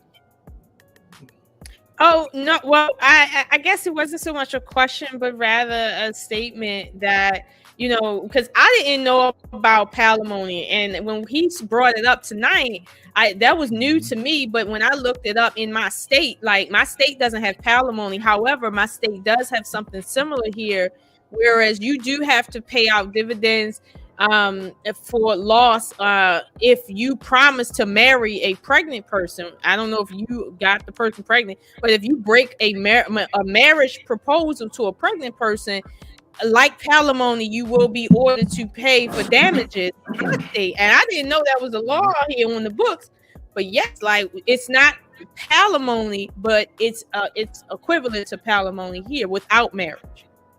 Yeah. Hold and on, that's not wait. child support either. I'm okay. What happened? If somebody Stan brought up palimony. Oh, go ahead. In my state, yes. If you propose to a pregnant woman and she accepts, and you break it, right? And you will be ordered to pay for damages. Mm-hmm. Hey, you will be ordered to pay for damages under that circumstance to a pregnant person. Yeah. It's not palimony. I don't understand 10 states have palimony right now. But this is like something, I don't know what this is called. It's called treachery. Salute to Sir Hell Speaks, man. What's going on, Sir Hell? Good to see you, brother. What up, Mr. Best? And also E-Man too. E-Man. He says called treachery. What is that? You know what I'm saying? I think a big problem is like we don't put. See, the reason why these things happen because everything's out of place in society right now. Everything's out of place. Rick James had a song back in the day called Super Freak. He said it's a special kind of girl you don't bring home to your mother. You know what I'm saying? He knew that there were certain women that was for the streets, right? He knew there were certain women that you were friends with, certain women that you married. Everybody had a place back in the day. We no longer have placement anymore. Everybody believes they need to. It's like not everybody's gonna be a wife. Not everybody's wife material. Not everybody's husband material. You know what I'm saying? Everybody has a place. We need to get back to just having a place in society. You know what I'm saying? And I think that's why, because we don't have a place, that's why things happen the way that they happen, and we find ourselves in situations that we don't want to be with, and people that we don't want to be with or don't need to be around. You know what I'm saying? And we start just putting things in the wrong place, because it's okay to have freedom, but I think back in the days they just had more of a structure, and they kind of knew who was supposed to be around who and who's not. Now you'll meet a girl in a setting where you know she ain't about nothing, and you're bringing her home till you meet your mother. Like like why would you even do that? You know she not. You know she for the streets. She's supposed to even be seeing your mom. Now she's seen her by chance at a grocery store or something like that, and it was just happenstance, and your mother was there or something like that. That's a difference. But you bringing her to your home, to where your family is, like, no. You know what I mean? So like back in the day they understood that, but now just everything just out of whack, man. Just everybody just doing a whole bunch of silly, goofy, off the wall stuff, and then they're mad at the results. Don't be mad at the results. This is what you're doing. You doing this. Like nobody making you do this. Nobody putting a gun in your head and making you do this. You're doing this on your own. So you're doing that. You're doing these different things, and you're getting these results, and that's just what it is. You know what I mean? We need to have more standards, more boundaries, and more morals. We need to get back to that so that we don't end up in these situations. Either man, go ahead, brother. Well, you know, if I get to shaking my head, I definitely not agreeing with what you're saying. I feel like that's the problem. I think everything you said was the problem. Hear me out just for a second. I think if a woman's for the streets, men need to stop messing with them, period. They don't need to be just having a good time. This is how a lot of baby mamas are produced. That's with women for the streets. And then because we think that we can use them for one thing, and then we can turn around and go marry somebody who's a good quality woman. I think that if we kind of abandon that model altogether to leave those women alone, only mess with women that are quality, it'll reshift the whole market altogether. Okay. I'll rebuttal. I got this. I never said that you're supposed to procreate with these women. Never said that at all. I don't think you should procreate with them. And, you know, I think also, you know, a lot of times, you know, and this is just my opinion, you know what I mean? And just knowing, you know, men who were older, men I've talked to that are older than me, they always tell me, hey, young man, you know, that woman there, yeah, you shouldn't even deal with her on that level. You know what I mean? And they would tell me that certain women are just on certain levels. And they prepped me for that before I even started dating. When I was 18, it was my uncle and there was a whole set of male cousins, older male cousins. They sat me down. They said, hey, when you get out here, you start dating, this is what you need to do. Look for certain smells, look for certain things on her body, look for certain, you know, always use protection. They just had that talk with me because they knew I was out there. You know I was out there, you know I was a young man. And they were like, listen, if you find somebody that you like and you potentially want to build with her, these are the qualities you need to look for in a woman. And they prepped me for as I went out there as a young man seeking to be with women. Because they knew I was going to do it anyway. You know what I mean? It wasn't nothing stopping me. I was young, you know what I mean? And I was out there exploring. So they just prepped me, you know, as I was exploring. So that's what we need to do. We just need to prep, you know, the younger men of how to date. And I don't have no baby mamas. I have 0 baby mamas. None. I get what you're saying. And I'm almost 40. So what I'm saying is, as men, what we need to start doing is telling the young men to kind of completely go away from this recreation, sleeping around with these women that are for the streets. Like when I started talking like this, it's like, oh, they supposed to be able to have fun. They supposed to be able to create these bad habits. Believe it or not, you having all this recreational sex actually doesn't help your marriage. It actually brings trauma. And it's crazy when we start talking about this. The reason we need so much therapy and so much healing is because we invite trauma through our life, throughout our 20s and maybe our 30s, and then we say now we want to be who we want to be for this wife. I'm just saying that we need to just start teaching them different, because what we're teaching them, like you said, you're 40 years old. I don't think it's working, and we need to start painting a new picture, and that's the point that I'm making. Listen, if you would have told me that at 16 or 17 or 18, I would have laughed in your face. I wouldn't have listened to you at all. Like, I would have completely ignored you. I'm just telling you the truth. I would have ignored you. But that's because you've been conditioned. See, if I would have told you that at 5, because I live in America and I have freedom, I can do whatever I want. See, but if I would have do whatever I want, if I would have told you that at 5, you would have thought that's the way that life is. I was in the church all my life, so I knew that there was a right way and wrong way to do things, but I also knew I had freedom. So freedom outweighed that. I knew I could do whatever I want, so I did whatever I wanted. And so they knew I was going to be out there doing whatever I want, and they knew I came from a good background. They knew I was always in church, but they also knew that, oh, okay, he young, he got freedom, he out here. They seen me starting to dress different, starting to move different, starting to be around different people. They seen what was going on, so they just prepped me for the game. And once they prepped me for the game, I was ready. Like I said, I don't got no priors, I don't got no baby mamas, I ain't got none of that bullshit. None of that. Are you married? I'm well loved, and I'm not alone. You're not alone. But so, and I don't want to be the guy that's pushing one thing, but I just really think if we really want to fix what's going on in our community, I believe marriage is the option. And what we need to do, because I get your story. See, the problem is that you was able to take the information and you was able to dodge the baby mama. You was able to go out and sleep with as many people as you could and dodge the traumas that comes with that. I'm saying there's a lot of guys who take that same advice and they shooting up the club. They can't control themselves. So when we start talking about advice for the whole, I think we just need to be saying something different. Yeah, because they told me, listen, before you lay with anybody, you use protection. And they told me why I need to use protection. They told me about the different diseases. They prepped me for all that. But so it's I already knew what it was. It's a free world. They can do whatever they want to do. See, just like you said that you wouldn't have listened to me, it's a lot of young men ain't listening to using the protection portion. That's what I'm saying is we can't choose what they're going to listen to. And so what I have learned, and I learned this recently, we got to give the most sound advice to put them in the best situation. Now, regardless if they listen or not, it's our responsibility to lead them in the right direction. But we can't give them bad advice just because we think they're not going to listen. It's an assumption.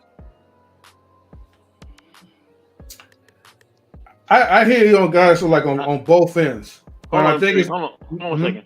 I hear what he's saying. I hear what he's saying that we should give them advice as a whole and try to steer them in the right direction. Like I said, I grew up in the church all my life, so I had other men too that was pushing, that initiative as well. But I still was able to go out and do what I wanted to do.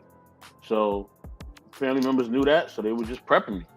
They was like, hey man, we know what you was taught, the right way, but just in case you go out there and do your thing, this is what you need to know.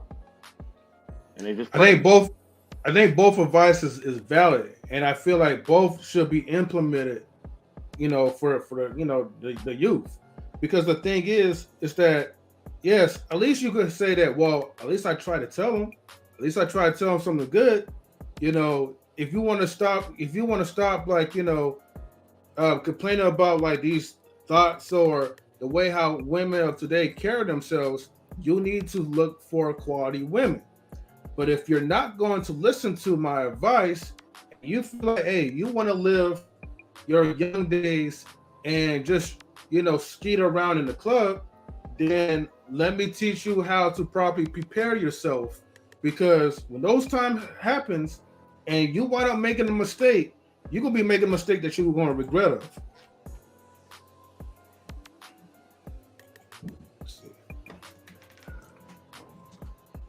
But this is my biggest thing. We can't speak out of two sides of our mouth, right? We can't tell guys to go out and have as much fun, shoot up the club, then complain about the system. Oh, child support is trying to take advantage of the men. We gotta be some form of consistent. That's the only point that I'm saying. And I know a lot of people might not agree with it, but we can't tell guys to do bad behavior and then complain about the system. It's almost like we're setting them up to fail. Because I'm the only one seeing that. Like, I tell them to go have fun, have as much sex as they want, and then in the same breath, I complain about the system that takes advantage of them. I think those are the two things that I feel like is that I'm not processing correctly. I think the interesting thing is I was waiting for one of you to say it.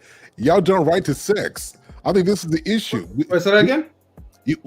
My brothers jumped right to sex when we talked about relationships. It's like we gotta learn how to be friends first. Like put that backwards and focus on being friends with each other. I think a lot of men, the reason we make so many mistakes is because all we know is sex. We don't know friendship. We don't know communication. We don't know emotional intelligence. We don't know any of the tenets it takes to keep a relationship going, and we jump straight to the sex part. And so I think what we need to start doing is teaching our men value, to value their seed, to value their time and their life, and being to in turn respect and to value women as well. And I think from that value system, the sex part takes care of itself. But I think we're starting with the physical act, and when I think it's really a heart and a mentality toward relationships that we got to focus on. I'm glad that you brought it to like the base part of it, of the friendships, because here's the thing, Serial speaks, right? A lot of people ignore or they really ridicule men just for being this quote unquote friend zone type of mode. But I feel like in order for you to establish a fundamental relationship, you have to kind of go through the courtship phase and build those type of relationships so you guys could be friends, so you could enjoy the woman that you're associating with. So that way, when things get ready for the next step, then it's like, okay, cool. Like I have a purpose, I have a reason for me to hold on to this person because she's my friend and she places value into my life. And I need that. So M3, I think people don't understand how the friend zone works. So it is okay for me to put a woman in my friend zone, but it's not okay for her to put me in her friend zone. It's two totally different things. So if she's in my friend zone, that means I have control whether she can exit the friend zone or not. If I'm in her friend zone, she have control whether I can exit the friend zone or not. And I know this is kind of complex, but I had a lot of, that's the one thing that I learned is I like having friends with women. Like me and my wife was friends first, way before we start going into like like thinking about marriage and moving forward. Because in the friend zone, they tell you the truth. They lie to their boyfriends. They lie to the person they with, but the friends get the butt naked truth, in my opinion. No, so friend zone, that's not a real friend. Friend zone is potentials in reserve. So that's not real friendship there. Somebody is in that space hoping for more, and the other person is keeping them there in case they need them. That's not real friendship. And so what I'm talking about is not friend zone. I'm not talking about stashing some woman away that you're really not interested in right now, but she's on layaway. I ain't talking about layaway relationships. I'm talking about genuine friendships, where if you're my friend, I'm actually interested in you. There's no ulterior motives here. I'm not trying to get something from you. Like, we're friends. I'm going to be there for you. I think we have to focus on friendships, right? And not focus on how we can use people, for our own advantage. I probably should have rephrased my statement when I said the friend zone, because I'm talking about like the same thing, like just friendship in general. But I get what you're saying, the differentiation. And as a single guy here, I'm going to say it's kind of hard to be friends now because there's an expectation. Because it's like, how long are we going to be friends? This is from the women that I get, right? They don't want friends. They like, look, I want to be girlfriends. Like, who else you talking to? It gets kind of like, the friendship, it gets kind of muddy. And there's an expectation, like, don't waste my time, which is fair. But if I'm not allowed to spend more time with you, I don't know you, you're jumping the carriage before the horse. Now, this is nothing against any women, but it's the attitude that's happening now. It's been changing a little bit now. There is more like, look, it's sex first, try it before you buy it. We don't give a title to it. You either talking, seeing, or knowing. So from there, I got to decipher what that mean when you say like, oh, I've been talking to this guy, or I've been knowing. I'm like, oh, you guys were in a relationship or a friendship for a long period of time, and then go from there, because there's no real expectations, there's no real for where we're going, and dating pool now is very different from what it was before. Well, Stanley, you can't have I don't believe you can have a woman in the friend zone but getting relationship benefits. That's usually when those questions start happening. Listen, I know you don't like the word friend zone, Sir Hell, but you can't have a girl. Like, we are over 30. What do we mean friend zone? We're over 30. What do we mean by this? Okay, how about this? Let's say this right here. You can't have a woman as a friend, but you get all the benefits as a girlfriend. Like y'all sleeping together, you living with her, but you saying that this is your friend. And what I see is that some men, not all, some men want all the benefits of a girlfriend, but they don't want to have to give the commitment. Now that's a different situation. And then I ask you that question: how long have y'all been friends? Since I can't put the zone on there, how long have y'all been just friends? Have y'all been friends for 3 years, 4 years? She have a right to ask those questions if she want to move forward in a relationship. Like if y'all guys been friends for 2-3 years and she said, hey, what are we doing? Are we moving forward? Or I need to be able to take my ex and go somewhere else. That is a valid question. That question is not unreasonable. The thing is, men need to just be honest. They need to say, hey, I don't see you in this way, or I do see you in this way. It don't take you 10 years to get to know a woman. Like, you know your intentions. So let me give you guys a real example. And this is real life. I got married at 19 to my friend. And it's going to be 16 years coming in this June, right? So let me tell you from real experience. Friendship, you start off, there's got to be some attraction there. So she's got to see something in you. You got to see that has to exist. But the goal is, hey, there's no sex going on right now. That's not happening. We're going to spend a lot of time talking. You got to talk. It's going to be days where, you know, when you first start, it's magic. Oh my goodness. It's magic, baby. You know what I mean? It's because you're talking and it's interesting.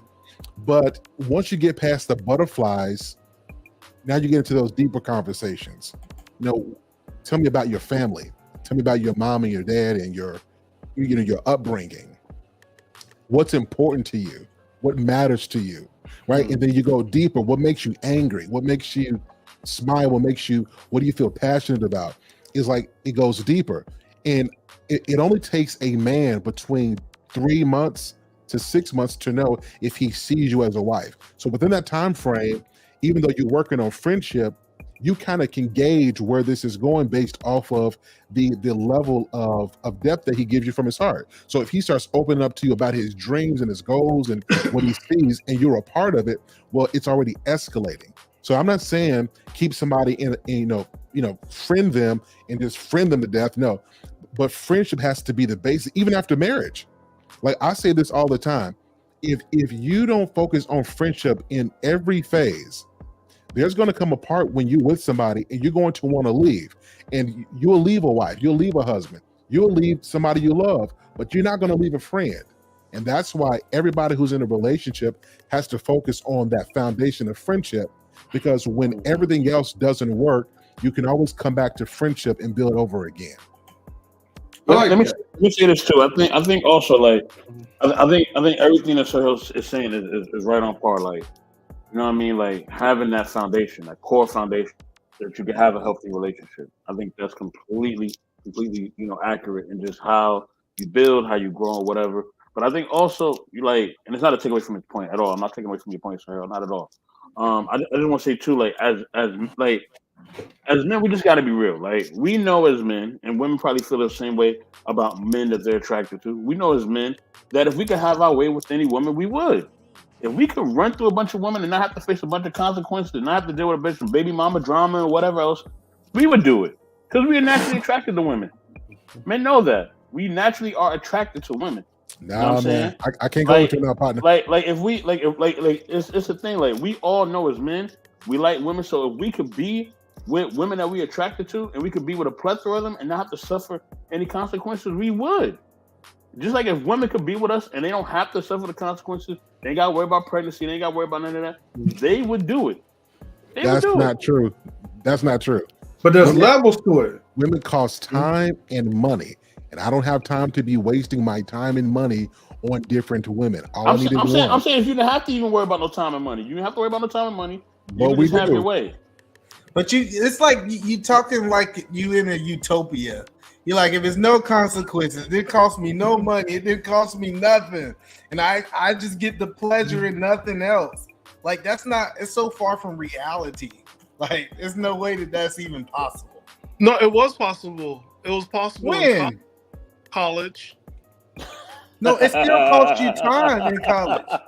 No, see, I know. See, in college, when I was in college, it cost me time. You still spent time with these women. They wanted you to watch movies with them. They wanted you didn't spend time with women. But there was no money. The time was. Money is your currency. I mean, time is your currency in college. But look, I'm agreeing with you. But here's something. Like, college was this. I'm talking about bare bone minimum attraction. That's what I'm talking about. Go ahead, Stan. Neither one of us had money. We had time. We made time to hook up. Because if I remember, I don't want to, my school. I'm not gonna say the name of it. But that movie, our theater, the arts theater, there was nothing but condoms in the back. We put in some work in college. So college is the one. Have mercy. Said he put in some work in college. One time, and I can say my life where sex was really like what Mr. Best in the World describing was very. It's not utopia. It was messy, yes, because with my ex-girlfriend's lab partner, which I didn't know, it's messy, yes, yes. But college is very integrated. You had co-ed dorms, co-ed bathrooms, co-ed showers. There was stuff that was happening in these universities that was happening that it does not happen again once I left college. Yeah, but you're right. But you're right. It exists. You're right. You're right. Gonorrhea was happening. Syphilis was happening. Like it's still consequences. We don't live in a world that is no consequences. Just because y'all got rid of chlamydia doesn't mean that it wasn't a consequence. And I got the cure,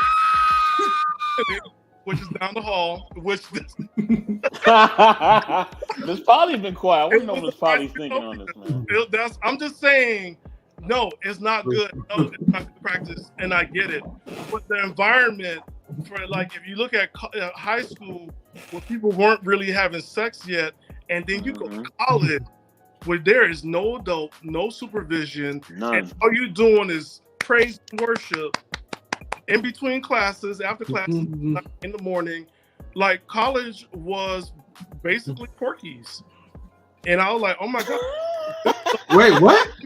Porky's. You never seen Porky's the movie? Oh, Porky's. It's like Porky's. No. I'm not saying it's perfect. And again, I do not consider it utopia.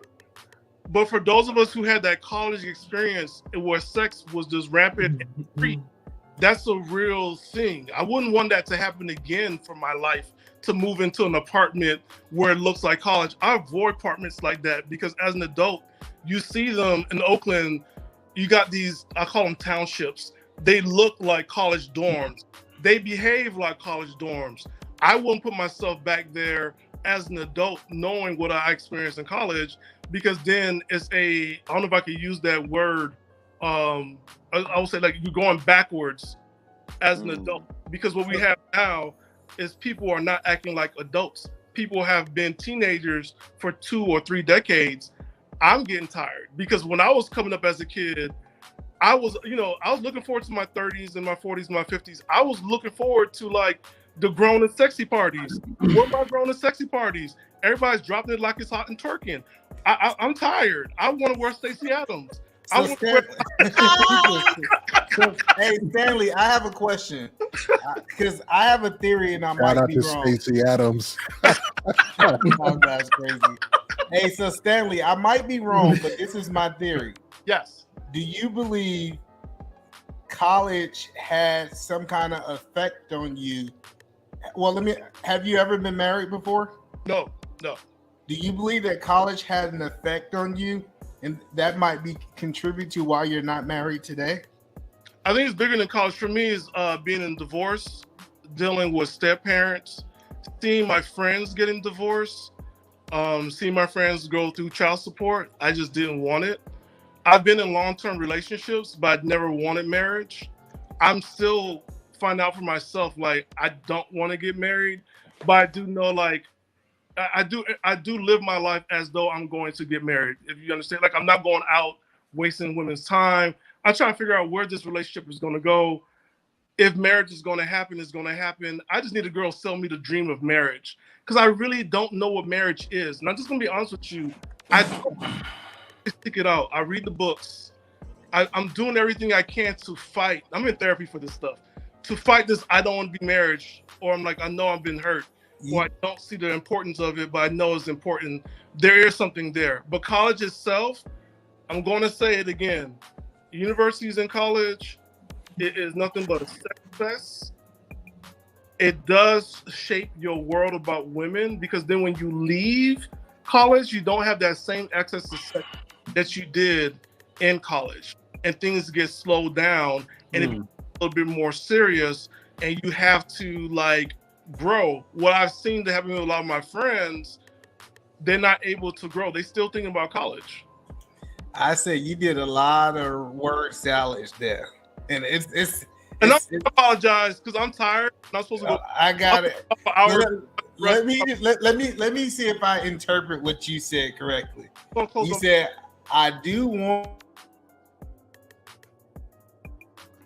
Oh, I think you're in the Matrix right now. You still there? He meant so let me interpret it, then froze up. Yeah, I can hear you. Now we can hear you.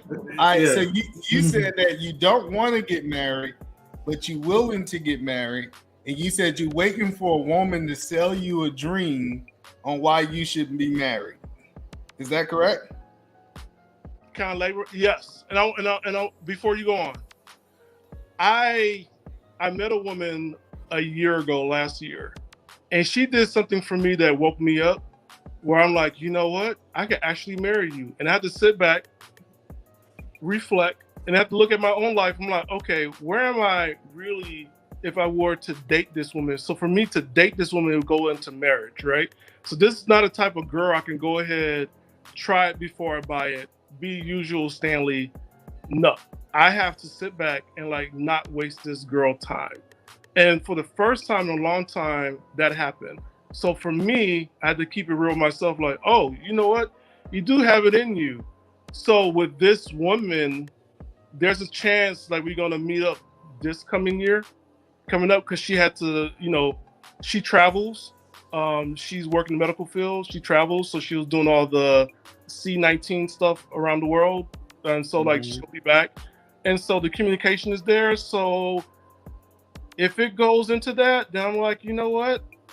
I can go into marriage with this woman. And what I mean by living as though marriage for me is having the communication, building my life in a place where this woman could come to this house, move in, everything else. So, and that's where I have to like not fall back into certain stuff and just move forward as though I'm married or looking towards marriage. Well, okay. I think, I don't know. I think it comes. Let me ask you, you don't have kids, right, Stanley? I'm not allowed to talk about that because we talk about this on our broadcast stuff, because I do have family stuff that I'm not allowed to bring up. Okay, all right. So just, can we speak hypothetically, right? Let's just say hypothetically. So hypothetically, you got a daughter. Would you want your daughter to be in a relationship with a man like you? Before I turn 20, yes. So hold on. So you said you would want her to be before as a teenager, but once you became an adult, you wouldn't want her to be in a relationship with you. That happened after 20, and I was very disillusioned after 20. So like I did have high hopes before I turned 20. The time I hit 21, it just went downhill after that, where it's like, I don't want relationships right now, and I don't want a girlfriend, and I have multiple girlfriends, and then that's like a whole nother show of how things change and how much stuff I got exposed to. I would say this for us as men, I agree with Mr. Intellectual SoapBox and what you said too at the same time, because when you have so much access to sex, you don't know how to control it. And then there are guys that encourage you to keep on having all those access, But then when you don't stop, it becomes second nature, and then it's like I can't control this beast. And that's like another walk of my life I had to take. And I took a sabbatical for 10 months, but it came up again, not 10 months, but 10 years when I went to church and did all this stuff with church. But a couple years ago, I was going on these dates, and my brother had to talk with me about which one would be my girlfriend. And I had to be honest with him, like, I don't know. I keep on going out because everybody tells me to go out, but I don't know who I'm dating because there's so many other women I'm just meeting every week or twice a week. It's just different women. So I never sit down with myself. It took him to talk to me. He's like, dude, this is not who you are. When you meet a girl, you know that's the girl that you want to date. That's who you are. And they're like, okay, I just sit back and just date women that I'm really interested in, the women I can see a future with. So that's like, it's good, like what you said, that it takes a man to sit down with you and like, hey, slow down. What exactly do you want? Who do you see? Is this the one that you want? No, stop wasting her time and move forward. And that's what it took for me. So I agree with your point. Well, because I talk to a lot of young men, and the biggest problem is, I was talking to this young man last night. He'd been having sex with about 4 or 5 women at a time. And now he's getting ready to go into a relationship. Now he's expecting one woman to fill the fantasy of 5 women. It's entering into a relationship with unrealistic expectations. So I get it, and I could be wrong. I'm open to the possibility that I'm wrong, that men's supposed to go sow their royal oats, and then they're supposed to settle down and buckle down. But I think it's really hard for you to go from being completely out there doing whatever you want to do into a monogamous type situation, if that's kind of what you're choosing. Well, I haven't been out there in a sense of sleeping around. I just only going out and just, if I meet a woman, I'm like, hey, what you doing? Let's go out. There's like some women I'll meet at Starbucks, and then we'll just go out. We'll talk. And like, hey, what you doing? You hungry on lunch? Let's go here. And that's a date. So for me, when I meet women, I'm like, okay, let's do this, let's do that. Right? Well, Stanley, that wasn't to you. My statement wasn't to you. I'm just saying that based on the conversation I was having earlier, you can't expect them to go out and have sex with, like I said, as many women as they possibly can. And then when they then say, okay, now I want you haven't been monogamous for 30 years of your life. Now that you're 30 years old, I want you to get in a monogamous relationship. I just don't think the male mind is programmed that way. I agree with you. I want to say I agree with you because after college, I'll tell you how bad it is. I used to have a book, not a little black book, but a schedule book. And how I treat women was like this. You had the nightcap. There's a woman I sleep with, then I take her in the morning to work. There's another woman I meet up in the morning, and I take her to work. Then I have another woman I meet during lunch. Then I have another woman I meet for dinner. And then after that, if I can move her up from dinner to sleeping around, then it just rotates. And that's how easy it was as a young adult, because I was still in that mindset that I was in college, that I needed to have a rotation. And I didn't feel good about myself unless I had a rotation, an active rotation. And it is hard to, there was one girl I met at my job, and it was hard for her to even trust me because she found out about me real quick when my windows got busted in. Oh. One of those crazy exes, huh? Yeah, they found out where I lived and busted all 4 panels, and my insurance wasn't going to cover it. The police who came by for the report were women. They weren't going to write a report. My claim adjuster was a woman, was like, yeah, you're going to pay out of pocket. Everybody was against me that day. And when she saw, like, this is who I was, because it's easy, like, once I put this on, I'm like, I'm Clark Kent. I'm safe and everything else, but, you know, I wasn't, and that's what she saw, and that was a big thing for her. And it was hard for me to be faithful for her because I needed other women and what it came for the end for our relationship was we talked about having a kid together. She didn't want to get married to me. She wanted me to move in, but I will stay at the back end of the house and then have women coming out. And I just told her, like, what kind of man do you think I am that's gonna, one, not marry you, two, move in with you with a child, and then have random women come inside the home? And then she said, like, I know that I'm never good enough for you. And I had to like, we have to break up because I do need to like take care of this because this is a problem, even for a woman that knows me and was a good friend of mine, and I want to move forward. We couldn't go forward because of my past stuff in college. And again, I'm going to say this for college. I really wish that college was a lot more stricter. And I feel like my college education didn't do anything other than provide sex. It didn't benefit me at all. I just feel like a sexual experiment. Stanley, I want to say something to you on behalf of America. Stanley, you got to slow down with the women. You got to slow down, Stanley. You can't have 5 and 10 and 15 women just lollygagging, right? Especially if you want marriage, because we know how it is. As we get older and more mature, that loneliness kicks in. Especially when you got different women you can't really relate to. So I hope you take some time and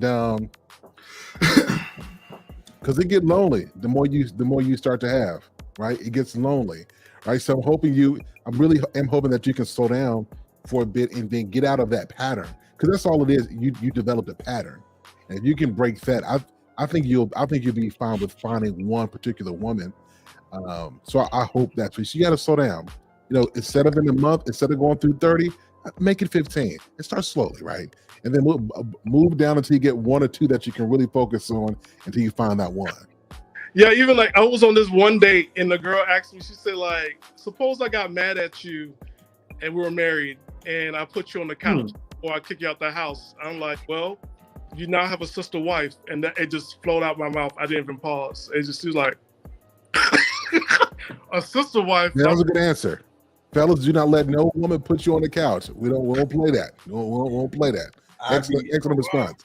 I'd be damned if I spend $3,000 on the bed and I'm sleeping on the couch. I'm just telling you, that's not happening.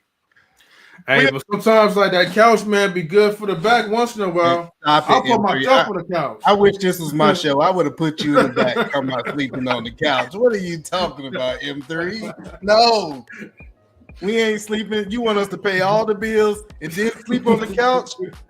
Y'all guys are crazy. Out of control. Absolutely.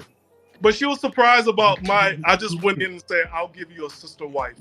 Just real quick. And I told her, like, you will never kick me out the house because I always find a place to stay. I always believe in the backup. And she was just like, yo, you presented this.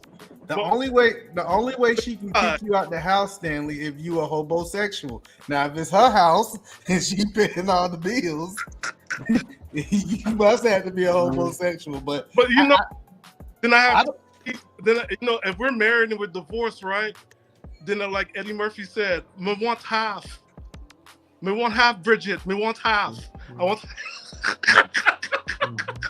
Give me half the house, girl. Give me half. But no, I hear what you're saying. Like, I don't. But for her, in all seriousness, for her, that was like, wow. Like, I still have stuff on the inside that I still need to fix. Because that was the first thing that came out of my mouth. It wasn't like, why would I sleep on the couch? What was going on? My thing was like, okay, you gonna kick me out the house? I'm about to, I always have a plan B, a plan C. I'll always keep a woman around, and I'll be fine. No, Stanley, you said she was kicking you out the house? No, it was hypothetical. Okay. We're on a date, and we're just talking, like, how would we handle stress? She's testing your manhood. Yeah. She ain't the one.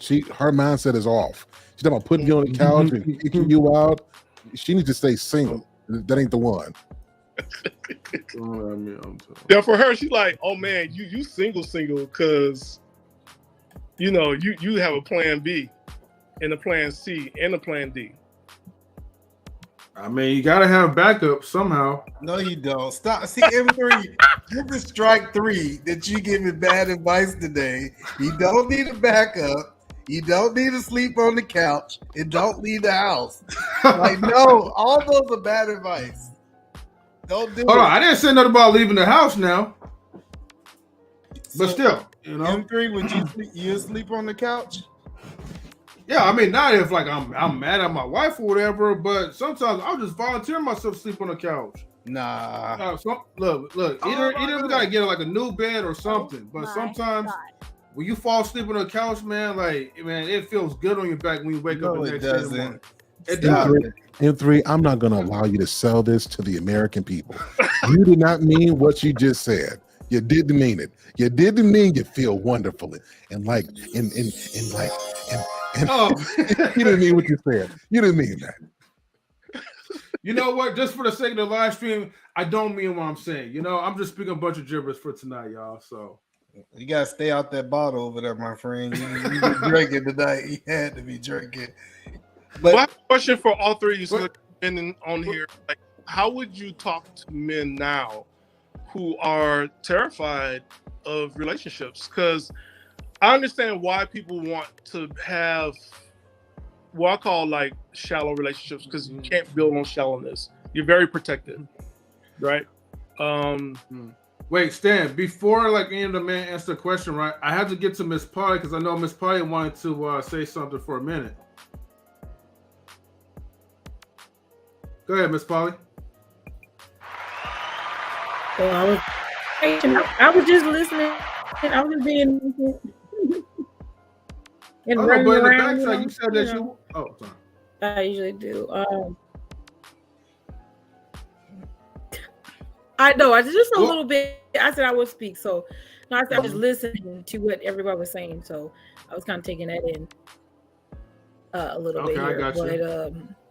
Well, I guess because I heard a whole bunch of stuff, so I'm trying to kind of see where to start. But you know, I could see where Stan was saying, like, you know, where you were younger, you know, as someone who's just trying to fill out everything, you know, about everything, kind of, you know, you don't know what you actually like. And then, like you said, I do agree with E. Like, you don't have to indulge all the time in sexual activities. Like it doesn't have to be like there's a backup plan all the time. It basically that just shows that you have you're really insecure because someone's going to screw you, you know, to be nice about it. You're so worried that someone's going to screw you over that you don't want to chance it, that you look stupid. So that, you know, that is something that happens. But with sir, what you're saying, do like friendship, I do believe really heavily in that. Now, kind of transition to poly. So now it's me, even when people, you know, like you know, obviously, like real. I know Stan's gonna hate this. You know, that sexual interaction, like right off bat, that's like a no-go for me. It's not. It's just not. It's not gonna work. I don't mind sexual comments. I don't mind the intent of trying to stay with me and you don't know me. That's off. That does not work with me, and I don't watch that with any. So for me, like you said, I've made a friendship with someone. He was older than me, but I didn't make it with him.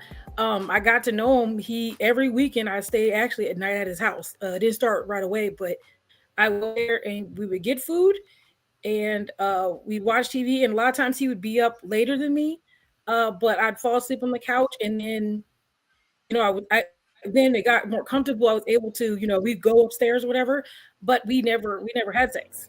And we were talking for like 3 months and we started going to the gym together. We were really just kind of building a friendship. It was really, really nice. I was very comfortable with him.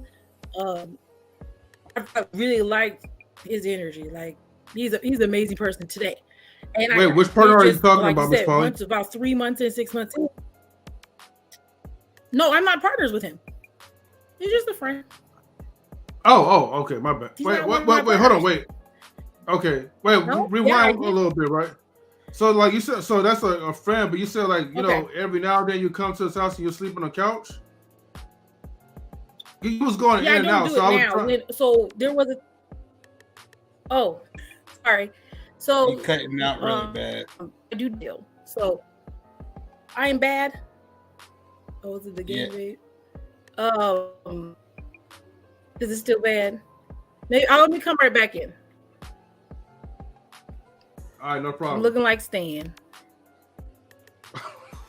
Wow. Okay. So Stanley, what was your question till she get back?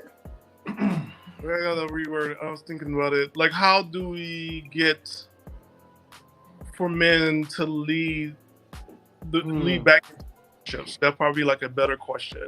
How do we get men to lead back in relationships? Single men.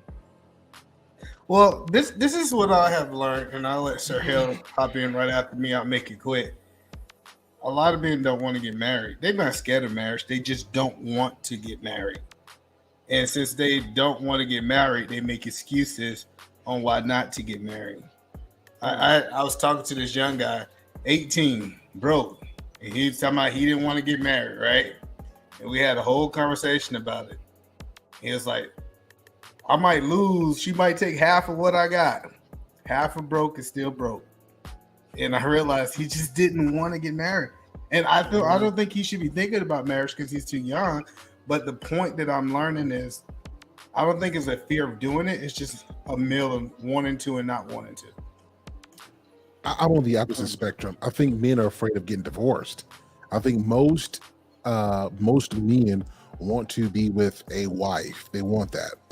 It's just something biological to have a mate that you can rely on. Every man wants it, particularly as you get older.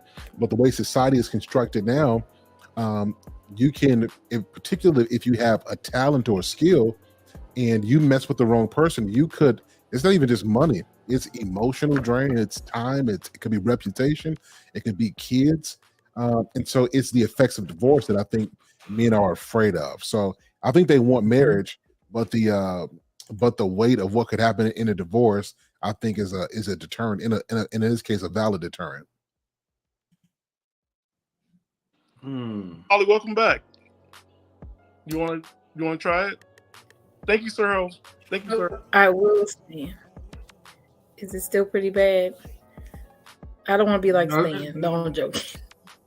No, you decent. I know. Sometimes I go out. It's me. It's probably me. No, I said I do date still.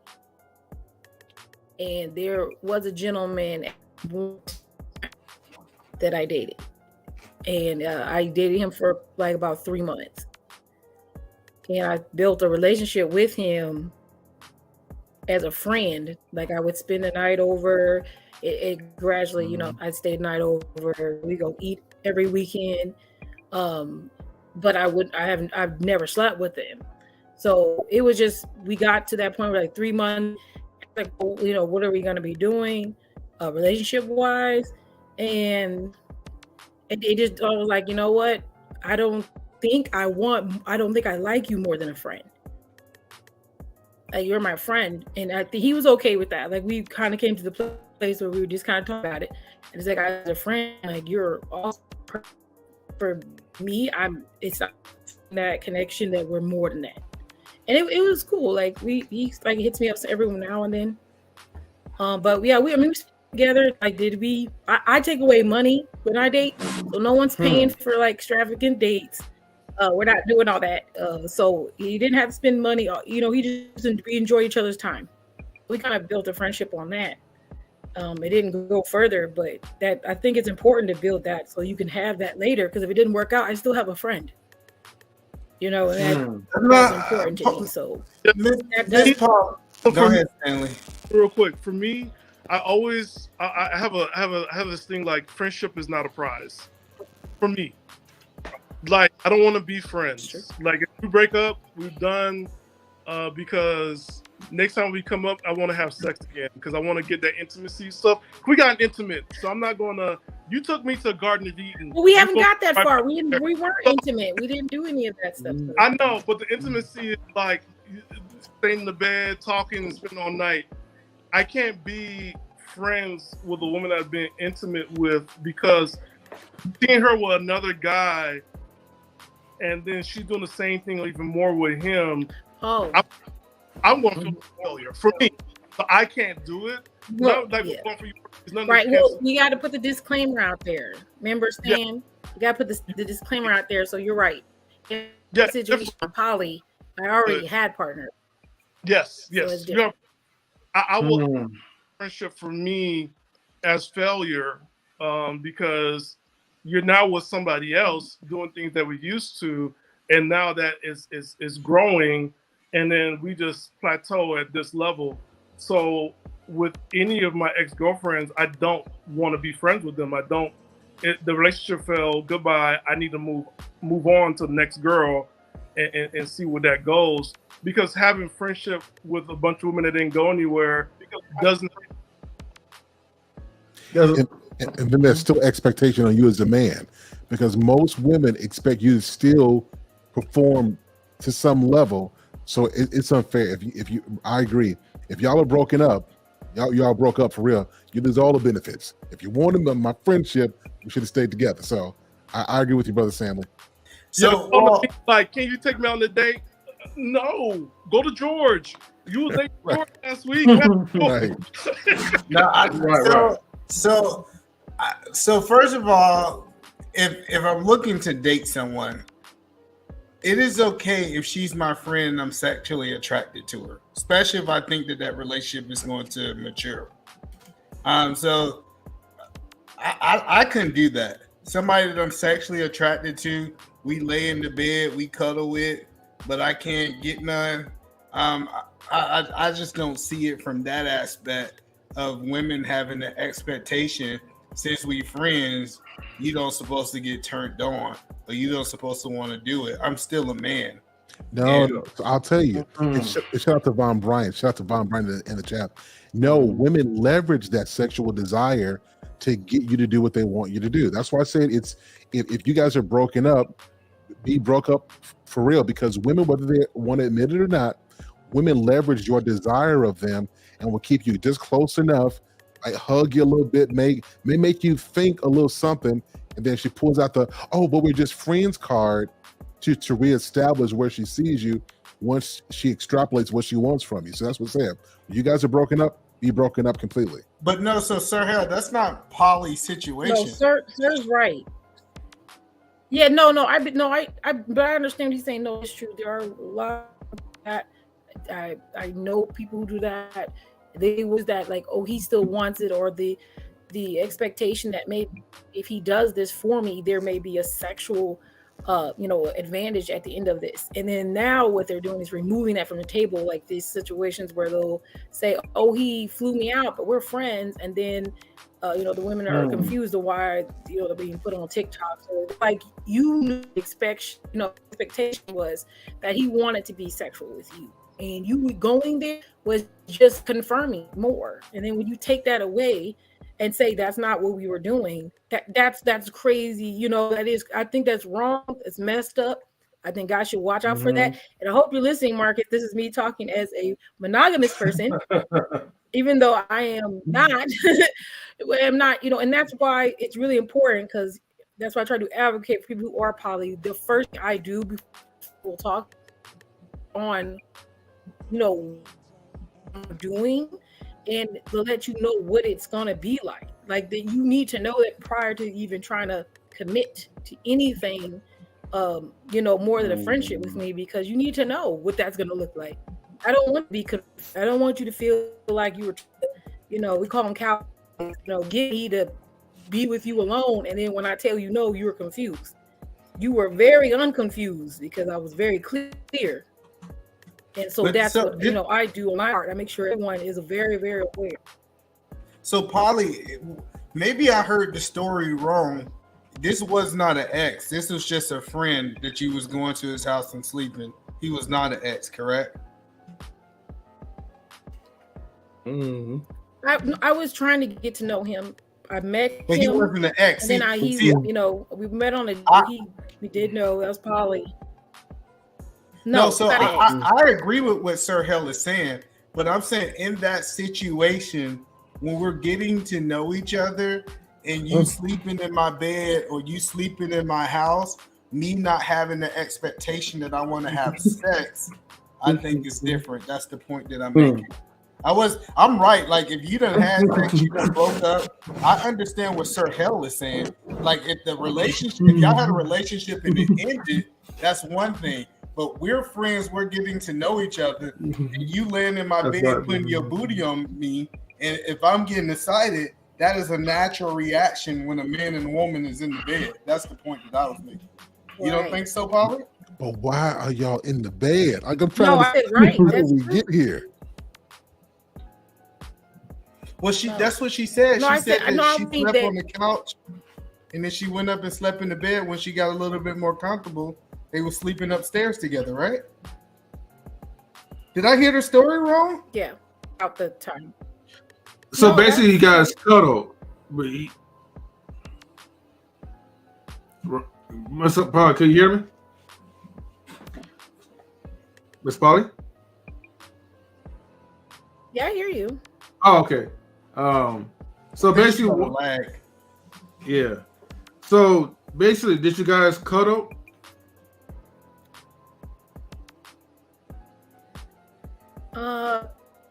A little bit.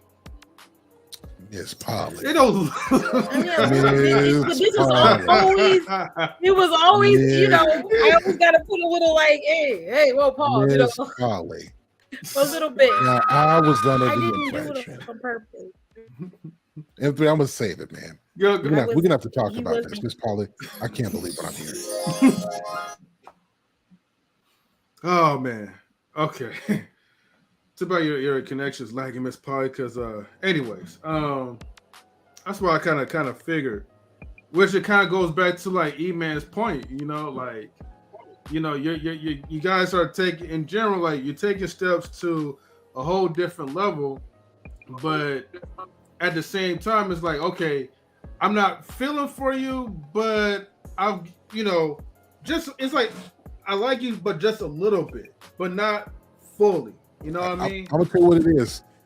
Now, Miss Polly, this is no dig at you, Miss Polly. We're gonna have to talk behind the scenes because I'm appalled by what I heard you, man. I'm shocked. Okay, well, if it's fair to say, why? I'm see what happened.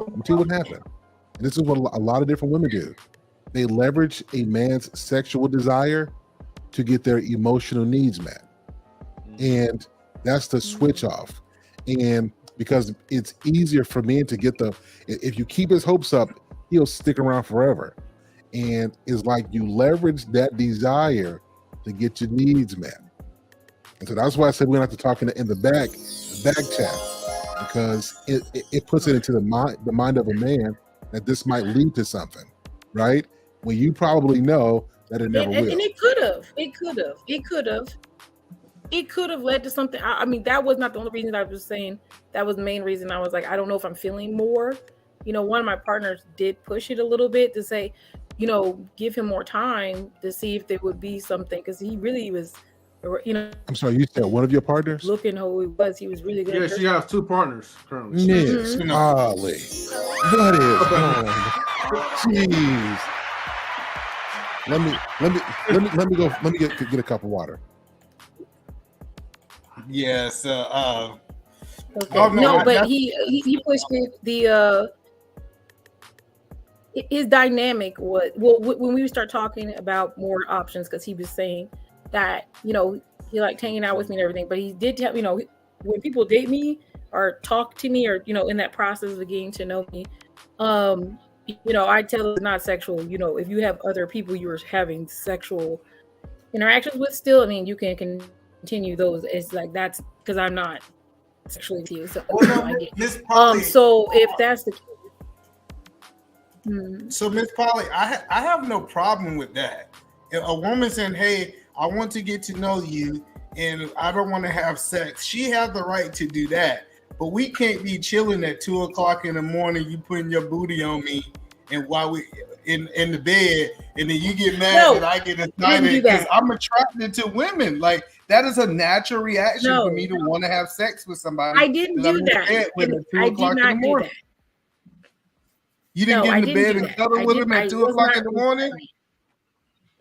I did not do that. I was never rude to him. He actually never really anything about rude. I said, did y'all cuddle roughly around 2:00 in the morning? Because that's when people have sex. I was sleep way before then. Like I was sleep probably like 11, and then he was like, "Oh well, I'm gonna go upstairs and lay down. I don't leave you down here. And I just go upstairs. That'd be it." No, Miss Polly, you said, hold on. You starting to skate backwards. You said after you got comfortable. Oh no, I have. Hold on, let me finish. Yeah. Hold on. You said I'm a good listener. After we got comfortable, we start going upstairs together. And Sir Hell asked you a direct question. He said, "Did y'all cuddle?" And you said, "A little." So don't try to back out of this now. You was leaving them on, right? No, we did. I'm giving you that. No, we did cut a little. I mean, sexually, I always was very clear, like it wasn't going to go further than that. If you want to hug on me, you feel like you want that's on you. You know what's up.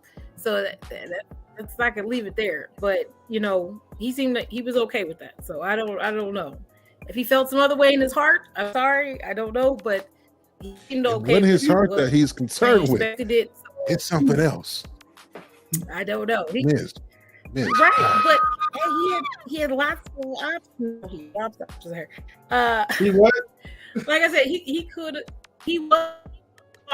was talking to someone that he was getting some needs met. So, and the other lady was very nice. No, let me tell you something. So, I didn't meet her. We went out. When you see, you don't even take you touching a man. If you are in his bed, the fragrance of a woman is there. Just the fragrance of a woman is there. That's a whole lot, right? And so that to me, that's like playing with fire, right? That could destroy a friendship, actually. If you guys are coming that close and then nothing's happening, like that could destroy. So I would say avoid that situation altogether because that could be dangerous. I think men just need to be transparent with women. Like I think men need to tell women, I will have sex with you. I like if I had the opportunity and we was in the bed, if you put me in this opportunity, I'm gonna try. And if you don't want me to try, don't come in my bed at 2:00 in the morning. Try. I mean, they could, but like 9 times out of 10, they're gonna get offended. It's not gonna work. Well, even though they want it as bad as the man would have. Man, I wouldn't get offended. Well, not you, Miss Polly, but we're talking about the majority. But M3, I'm gonna tell you this, bro. If a woman get offended that I'm attracted to her, she can go, bro. Like I am designed to be attracted to you. Like I'm supposed to get aroused by you. So you like, I'm offended that you are turned on by me. Man, you can get up out of here with that craziness. like it's crazy what we allow women to think. Like that is normal. It's normal behavior for us to be laying in the bed at 2:00 in the morning and me to want some of that. That's all I'm saying. You don't think that's normal, M3? Hold on, that's like a static coming from someone saying. Hold on for a second. Hold on. No, it shouldn't be normal for. Okay. Can you guys hear me now? Yeah, it's clear. Yeah, okay.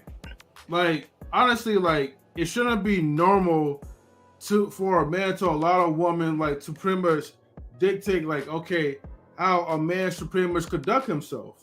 I mean, yes, I do agree with you, E-Man, that a man should let his intentions be known. But I'm just speaking that unfortunately in reality, women want sex just as much as the man wants, but they play some of them, I would just say, play these type of mind games. And if you're telling them up front, they can't handle the truth. They look at you like you're a sleazeball. M3, there's a difference. Men have sex, women use sex. This is a very important thing for men to hear. Men have sex, women use sex. So if men can take that power back and be disciplined and not even play with that, then women can't leverage and use sex to get what they want out of them, right? So that's why I say this is on men. If you have intentions and that's not what she's into, do not waste your time because she's going to pull on that particular desire you have to get as much as she wants to, right? And then you're going to be mad talking about ain't no women good. All women do. This is what you allowed, sir. Because you wanted it and you thought that she was going to eventually give you what you need. That's on you. So if you're with a woman that's not giving you what you want and it's not going into, first of all, get married. That's what I believe. But don't waste your time trying to get something from someone who's going to use what you want to get what she wants out of you. Mm-hmm. I guess I'm just speaking more from at this point from a reaction standpoint, because if I try to be, in this case, it's already kind of past being proactive. You know what I mean? Setting yourself up for victory, because most men are already setting themselves for failure anyways. They don't do the proper steps to even get to a point where you actually control your own life and stop letting other women controlling your life the way how you dictate and move and operate. You know what I mean? But yeah, I feel you guys. Okay, sir, I see you got to head out, but thank you for tuning in to the live stream. And also thank you for making Stan's Day as well, too. Hey, before I go, can I say something to America? Yeah, go ahead. Ladies and gentlemen, if you haven't already subscribed to this fantastic channel, to Knowledge and Relationships, start what you're doing right now. Hit that like button. Be sure to subscribe and tell your mom and them to come tune in to the one and the only Knowledge and Relationships. My brother, peace out, y'all. Appreciate you too, Sir Hell. And also, shout outs to you for the 7K subscribers. Definitely moving on the road, man. All right. Right. When I get older, I want to be like. Go ahead. I said, have you ever banned somebody from getting it? I'm just asking, as guys, because I've been banned. Yes, I have. I've been banned. Makes me feel yes, I have. I have banned women from getting. I'll be honest. My first, so my first boyfriend I was with, when I didn't want to not date him anymore, but I want to be with him still. And I told him I was talking to another gentleman, and I said I really like him. Would you be upset if I date him? He was like, well, you can't have both, right? He told me that. Was cut the story short. And I was like, okay. But then I said, well, I haven't really dated anybody else.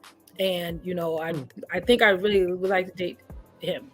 And I have to choose, I don't know. But he ended up saying, well, you can't come back. And I said, oh, okay. So when he said that, I was like, okay. And I was like, well, I don't really want to. I was kind of pushing it off. But he ended up, we decided that I was going to talk to the other gentleman. And he banned me for life. He made sure, I knew, he didn't care. It was I tried to talk years later. I was like, no, it was bad. It was bad. I was like, yeah, he meant that. He meant it.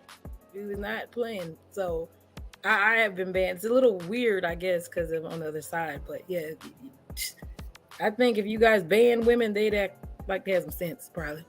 Or maybe they'll run the streets. I'm not sure. But if they want, especially if it's someone they really care about, I think it would matter to them. Hey, Miss Polly, you don't even have to ban them. All you have to do is tell them no. Nah, we ain't doing that. Yeah. No, we're good. Yeah, you say no, shit.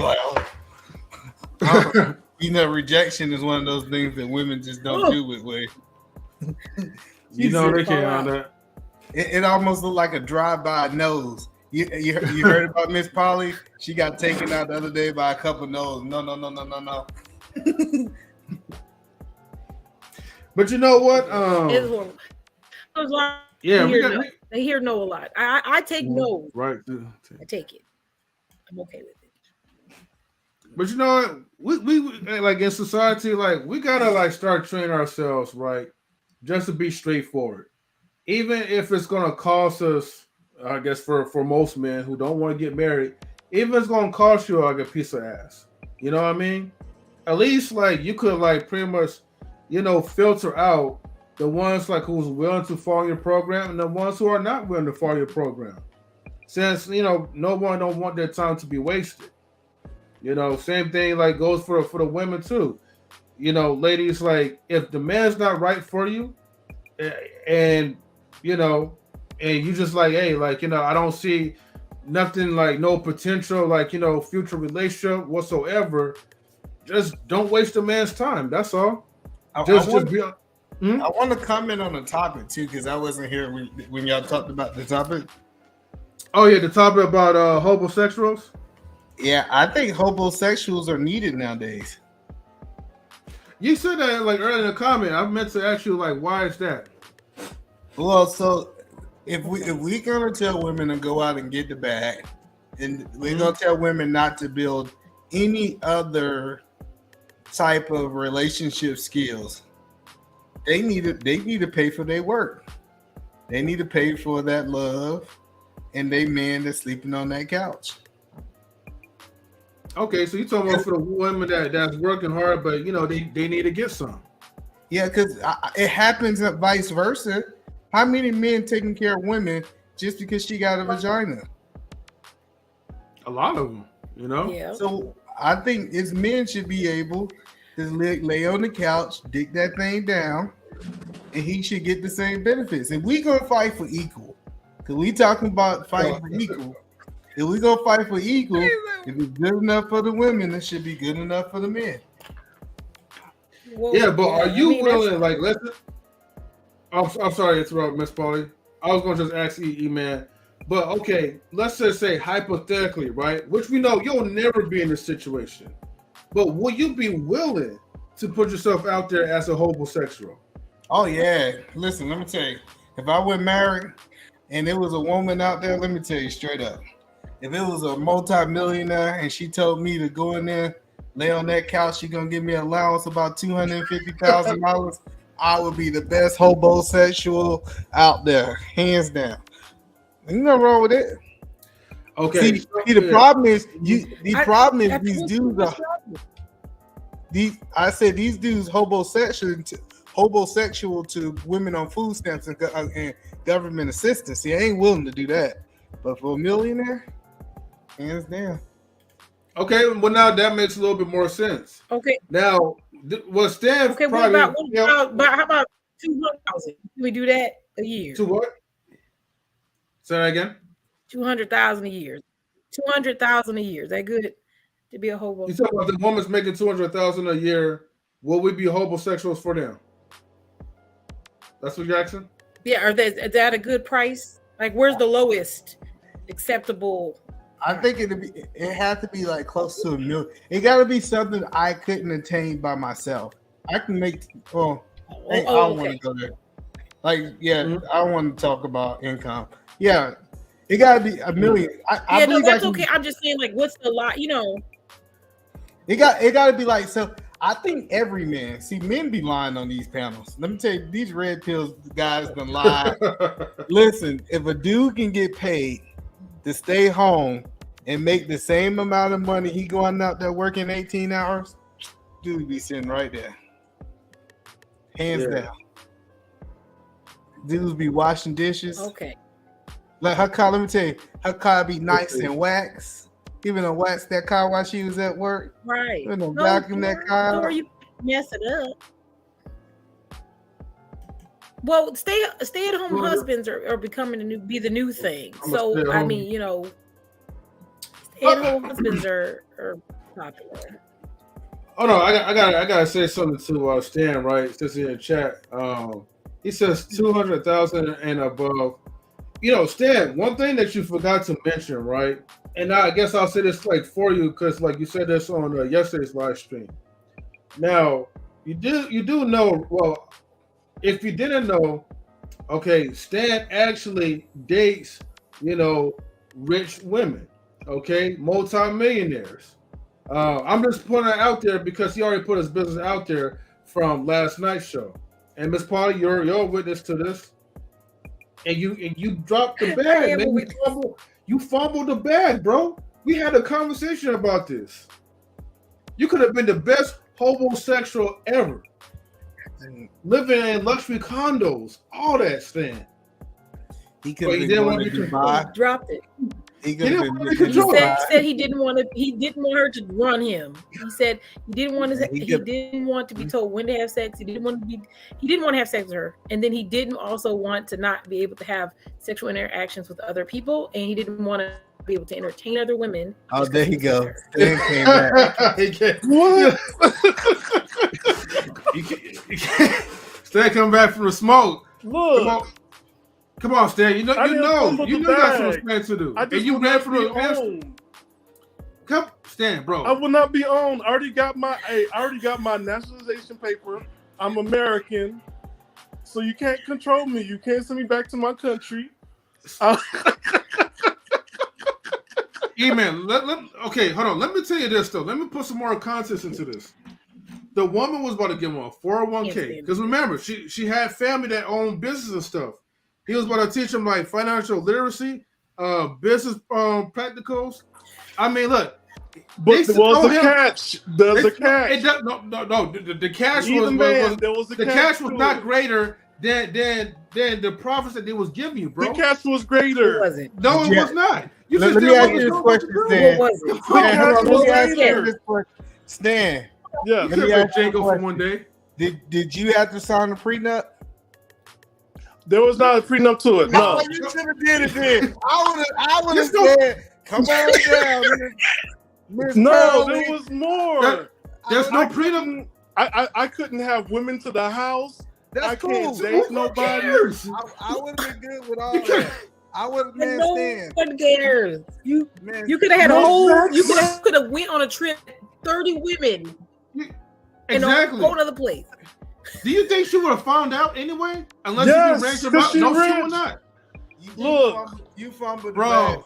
Look, I do not give my reproduction rights to nobody. Bro, the woman wasn't even asking for much. She just wanted to be in a relationship with you. She just wanted you to be faithful. You could have had your own condo. She was look. Here's the thing, hey man, faithful. She wasn't going to give Stan a condo with just him and her together. She was going to give the man his own condo. Okay, she already had her mansion to live in. She was going to take care of him, do the laundry. I don't want to buy him a condo. I don't want to be taken care of. This Stanley, must be you dropped the bag, Stanley. No, Stanley, you gotta start thinking about this as business moves, man. I dropped several bags then, because there's so many bags I be dropping. I'm like, that's what I'm saying. You gotta sell me the dream. I want to be in a relationship. She told you the dream. She told you the condo. She was gonna give you an allowance too, wasn't you? Yeah. How much allowance you gonna be? Yeah, she gave $4,000 a month. $4,000 a month was his allowance by her daddy. He was going to pay her. No, that's a separate girl. The one with the father is $100,000 job. Separate one. There's different ones. Let's have more. That's the rich girl when I was 24.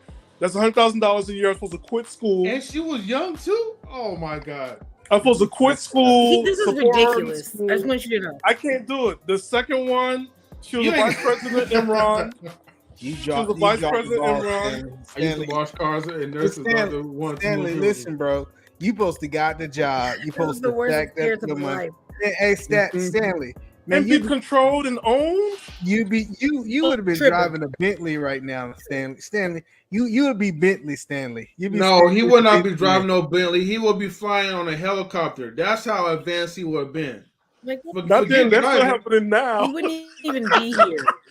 I'm running away from this now. I can't.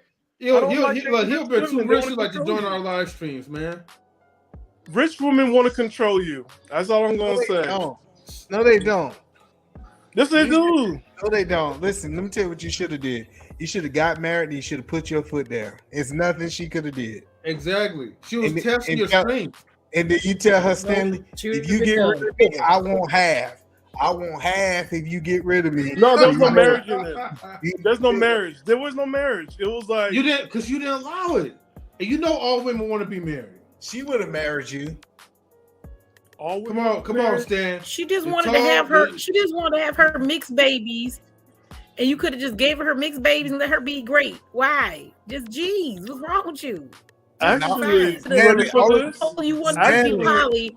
I got poly this. years later and had a whole nother relationship. Stanley, I'm gonna say this. all you had to do is wear a hat that said you want to make America great again. You I'm could have gonna got say all this. your life desires with this red hat, and now you don't want to wear the red hat. I'm gonna say this.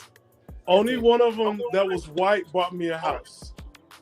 The other ones were sisters. They were black. I dated a lot of black rich women. Well, you said they bought your one. They were black. House? They were black. Don't buy me the house. Just don't.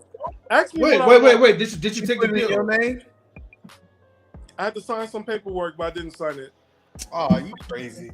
Boy, I tell you, but these men nowadays, I ain't gonna even say these men. I want to get my own. I don't.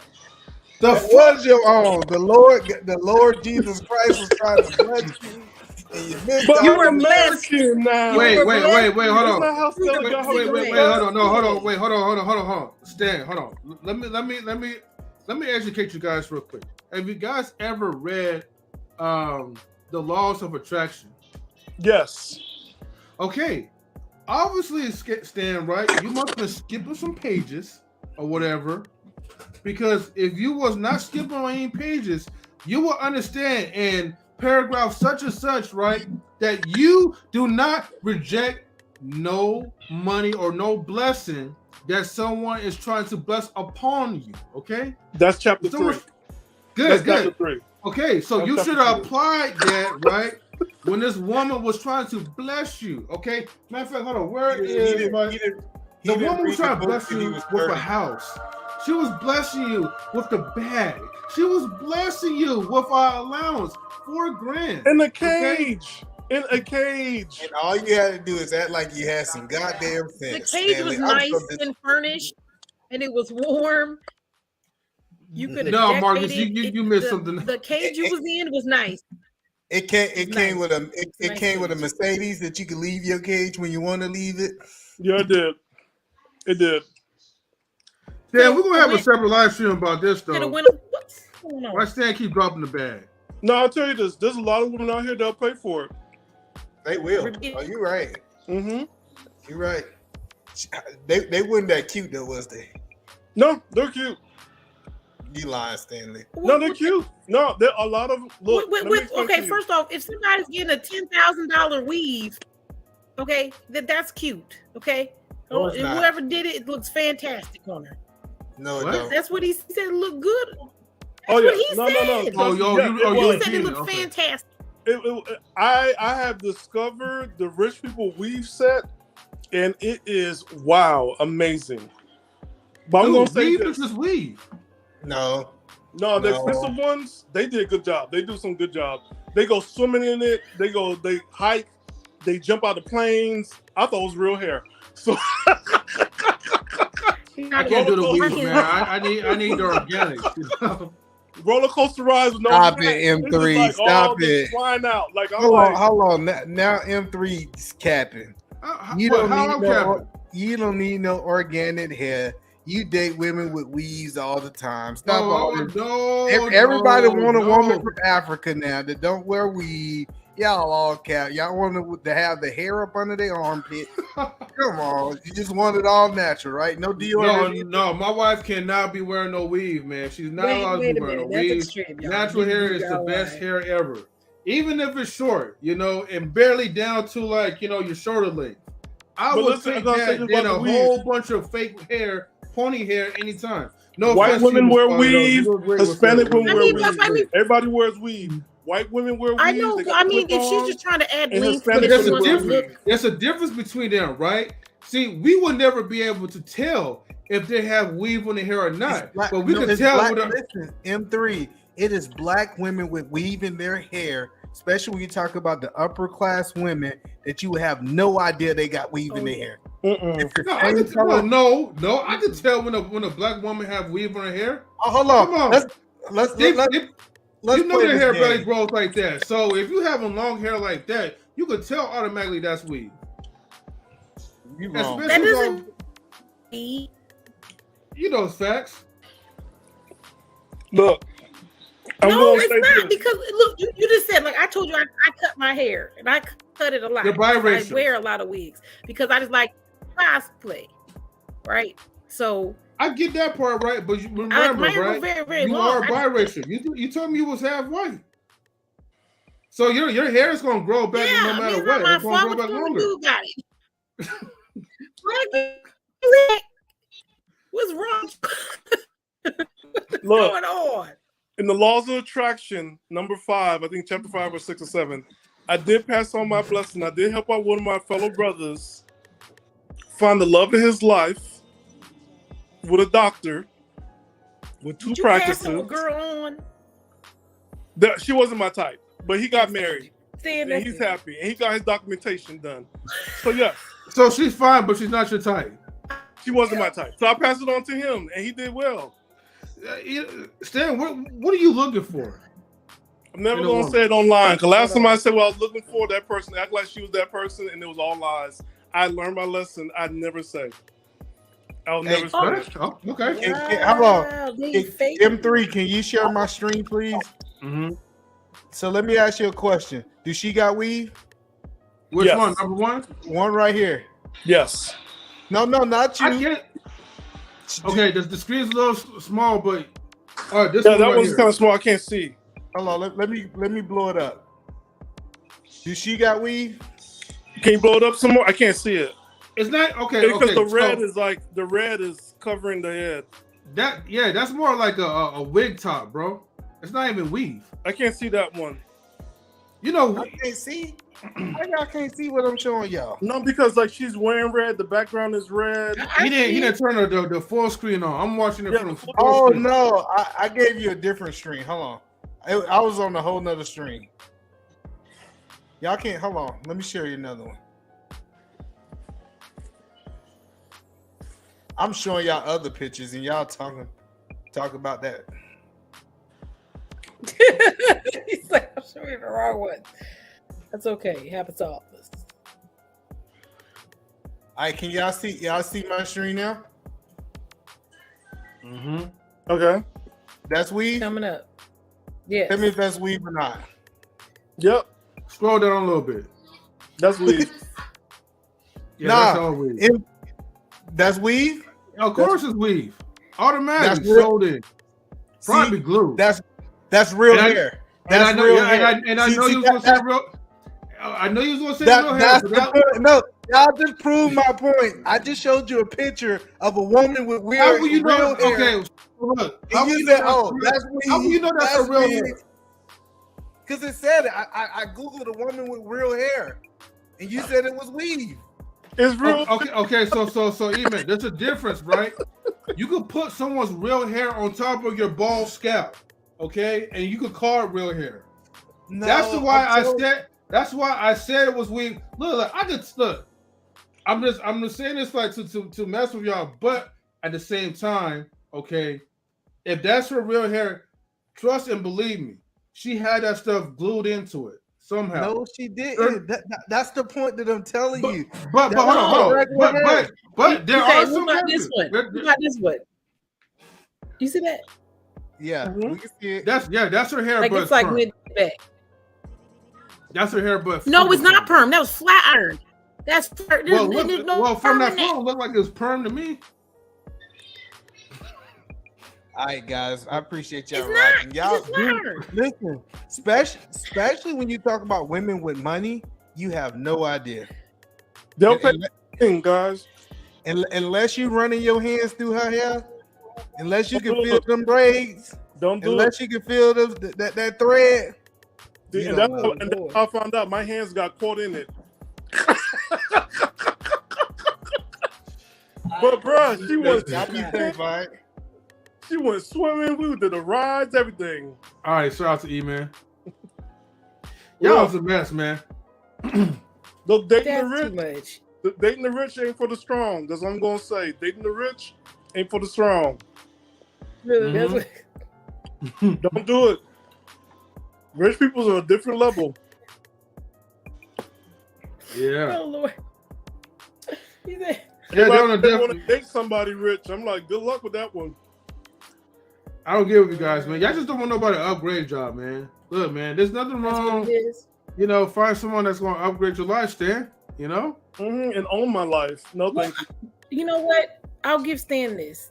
I don't know if you. I give Stan this. I am a person who doesn't like to stay home, so I understand. Like I get bored. I have no business in this house all the time.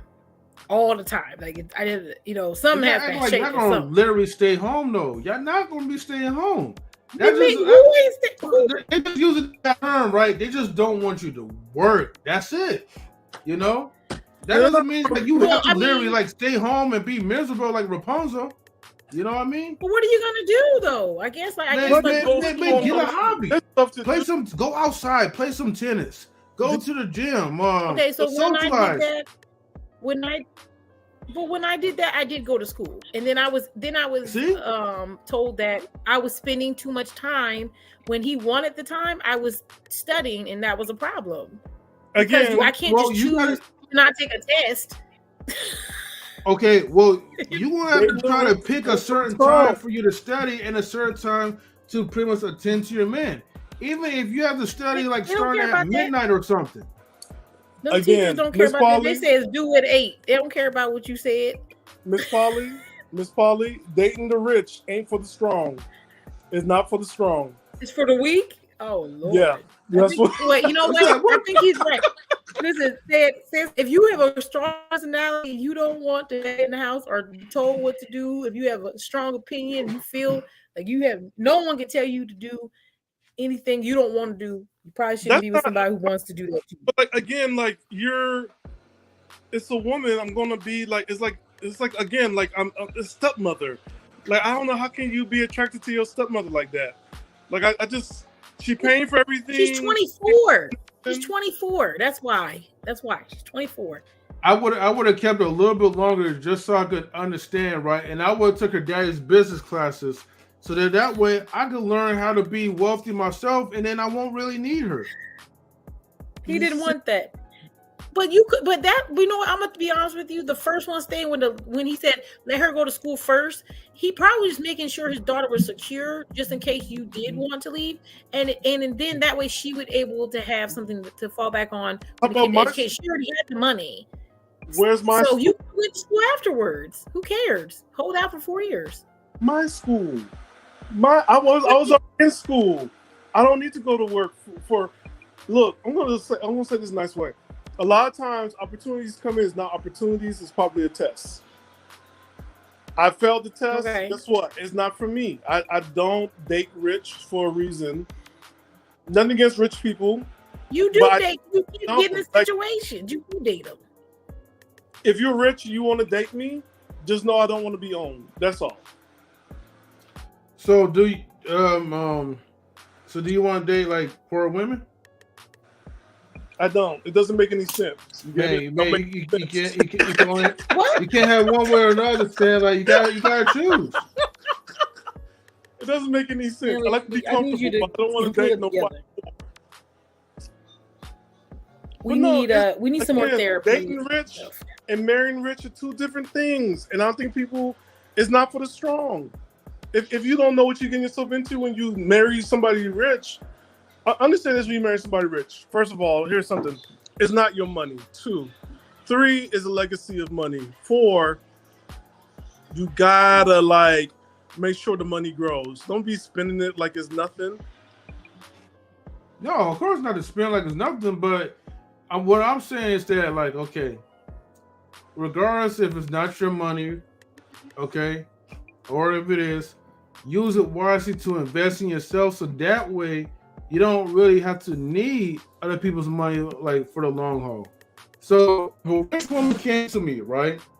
And she wanted pretty much to own me, okay? That's not gonna happen. However, I will take advantage of the opportunity. Okay. Once you secure that relationship and she developed that attachment, you technically will be owning her. Okay. See, the thing is, you gotta have the control into the relationship where she follows your own program. Okay. So basically, I'm a Hobo-Sexual. Be the big Hobo-Sexual that you can. All right? I'm a prostitute. If you want to put it like that. But get the bag first and then invest into yourself, right? And then invest into yourself, Stan, right? Oh. That way you'll be making the money like she's making. And then you could pay her back and send her way. I'm already investing myself. I'm not going to take advantage of other people's wealth. Again, if you want to date me, do not buy me. I do not like that She stuff. wants you to take advantage of her. That's the thing. She's in her feminine state. She's in her submissive state. She's saying, look, take my money, okay? I want to buy you, all right? Buy your love, okay? All she's asking for you, Stan, is just to love her for who she is, okay? Yes, you probably cannot bring no women home, but the thing is, that's only momentarily. You could break it with her after the bag. Look, I know I'm sounding like a sleazeball right now just for entertainment. But Okay, come on, Stan. for entertainment. Well, let's. It is. Go ahead, Miss Polly. You're doing great. You're doing I great. just I can't said do no. it. I said you're doing great. You know, it's rough. It's rough out there. I can't. You know, well, like my first, like I said, I was You're very. doing not. You're doing horrible. Yeah, That's her. you're not. I was being sarcastic, but you know, it's okay. I can't drop the look. Look, you date rich women. There's expectation dating rich women. They want to own you. It does not feel good. And are you sure that's not like in your head? Like, are you sure that she really was trying to own you, or that's what you thought that she was trying to do? Yeah. Did you communicate to her on that? Did you like have a conversation like, hey, like, you know, I feel like you trying to make me your bitch, and like, you know, I'm not really feeling that. Yeah. And what she said? I'm too much cheese no.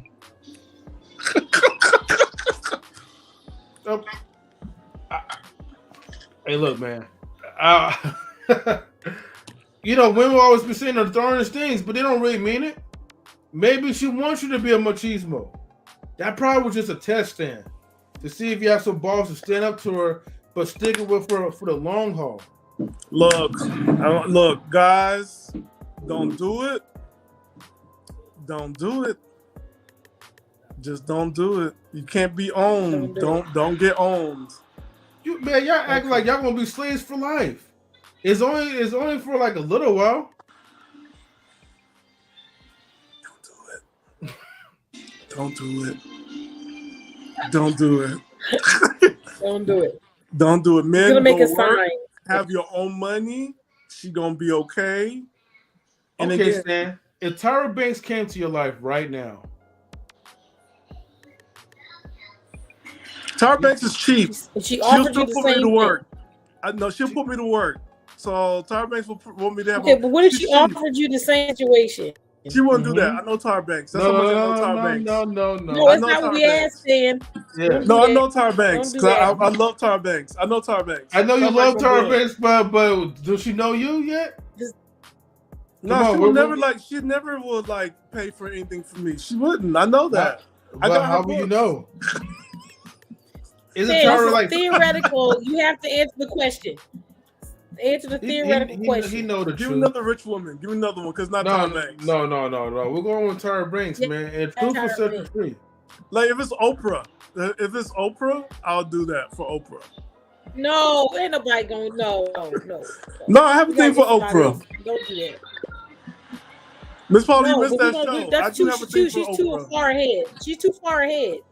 Oprah's she has too much money. We're gonna get somebody a little bit more average than Oprah. Okay, we're gonna bring it down a little bit. Bring it down. Who, Gail? Gail? Maybe now Gail. Because you talk about kind of money is way different than Tyra Bank money. Come on, you know that's a big difference. Yeah. But Oprah, I don't mind doing Oprah. But look, again, dating rich people is not all that cracked up to be. Because Dating Oprah's rich not gonna ask you to be her bitch. She's gonna make you it. Okay. Okay. She's gonna go. You gonna try to go to work, and she gonna go buy your my whole job. company and still tell you what to do. Okay, don't play with that lady. She ain't got no time for you. She gonna get her a dinner ready. Job, and she gonna be right there like I'm your boss. Now. Yeah. That's So now I'm Oprah still would be telling you the what to boss. No, So Stan, so realistically, right? Okay, you know for a fact that Tyra Banks came up to you right now and she gave you those same stipulations, you would actually go for that. No. Yes. No, because dating rich, how many rich people have you dated before? Like, trust me, it's not all that it cracks up to be. Okay, I know that's not what I'm trying to say. Some of the situations you're saying, even if you were in it for like you said, that one lady said she didn't want it. She didn't want. Did she want the deed, or she just told you? She said you live over the and I live here, and just don't make it seem like you're cheating for publicity reasons. So she's still allowing you to be.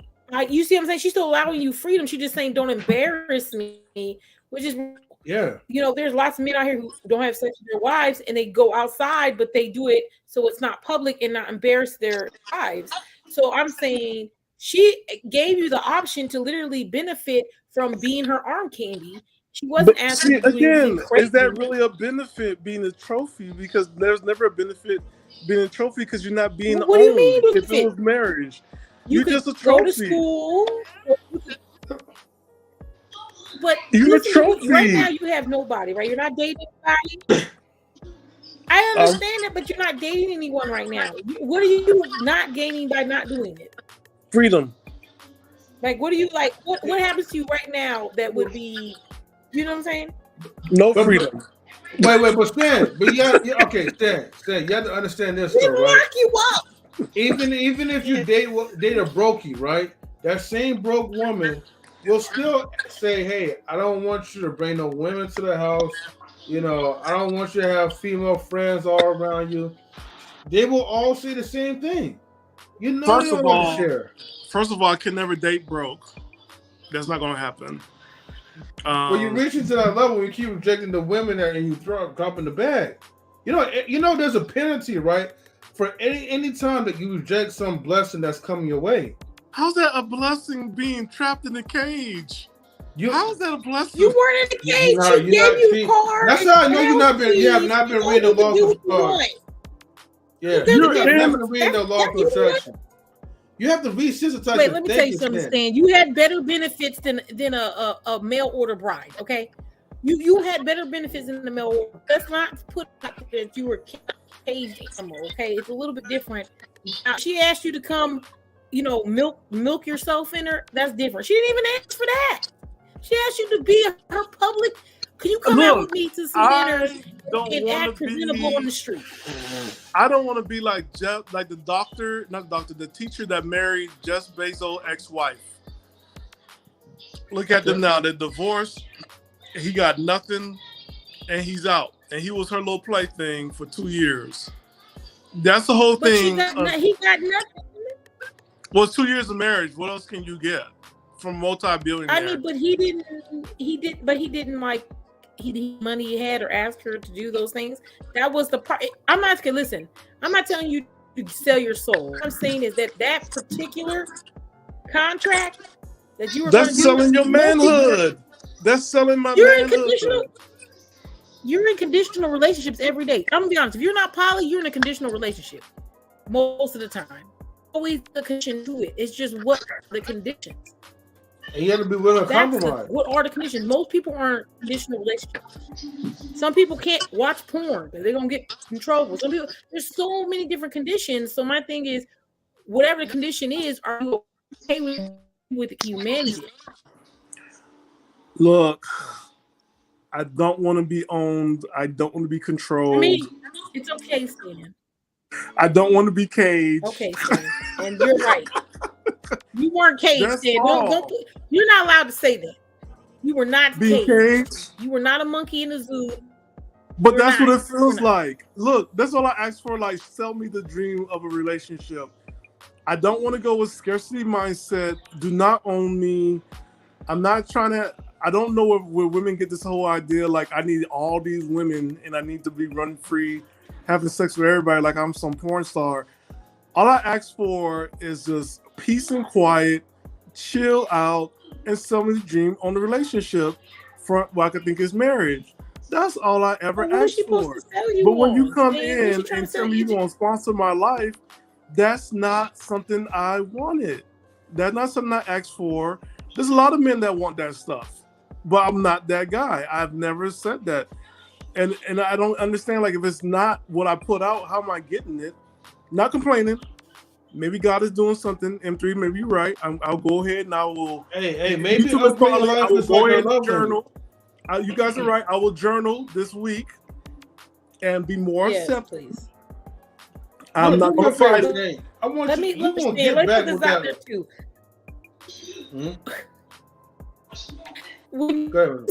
When you said, I know the cage thing. Oh, you don't want to take your manhood away, because I understand that's a big part of being a man, being at work. But even if someone is saying, I'm not telling you not to work, I'm not telling you not to pursue your career.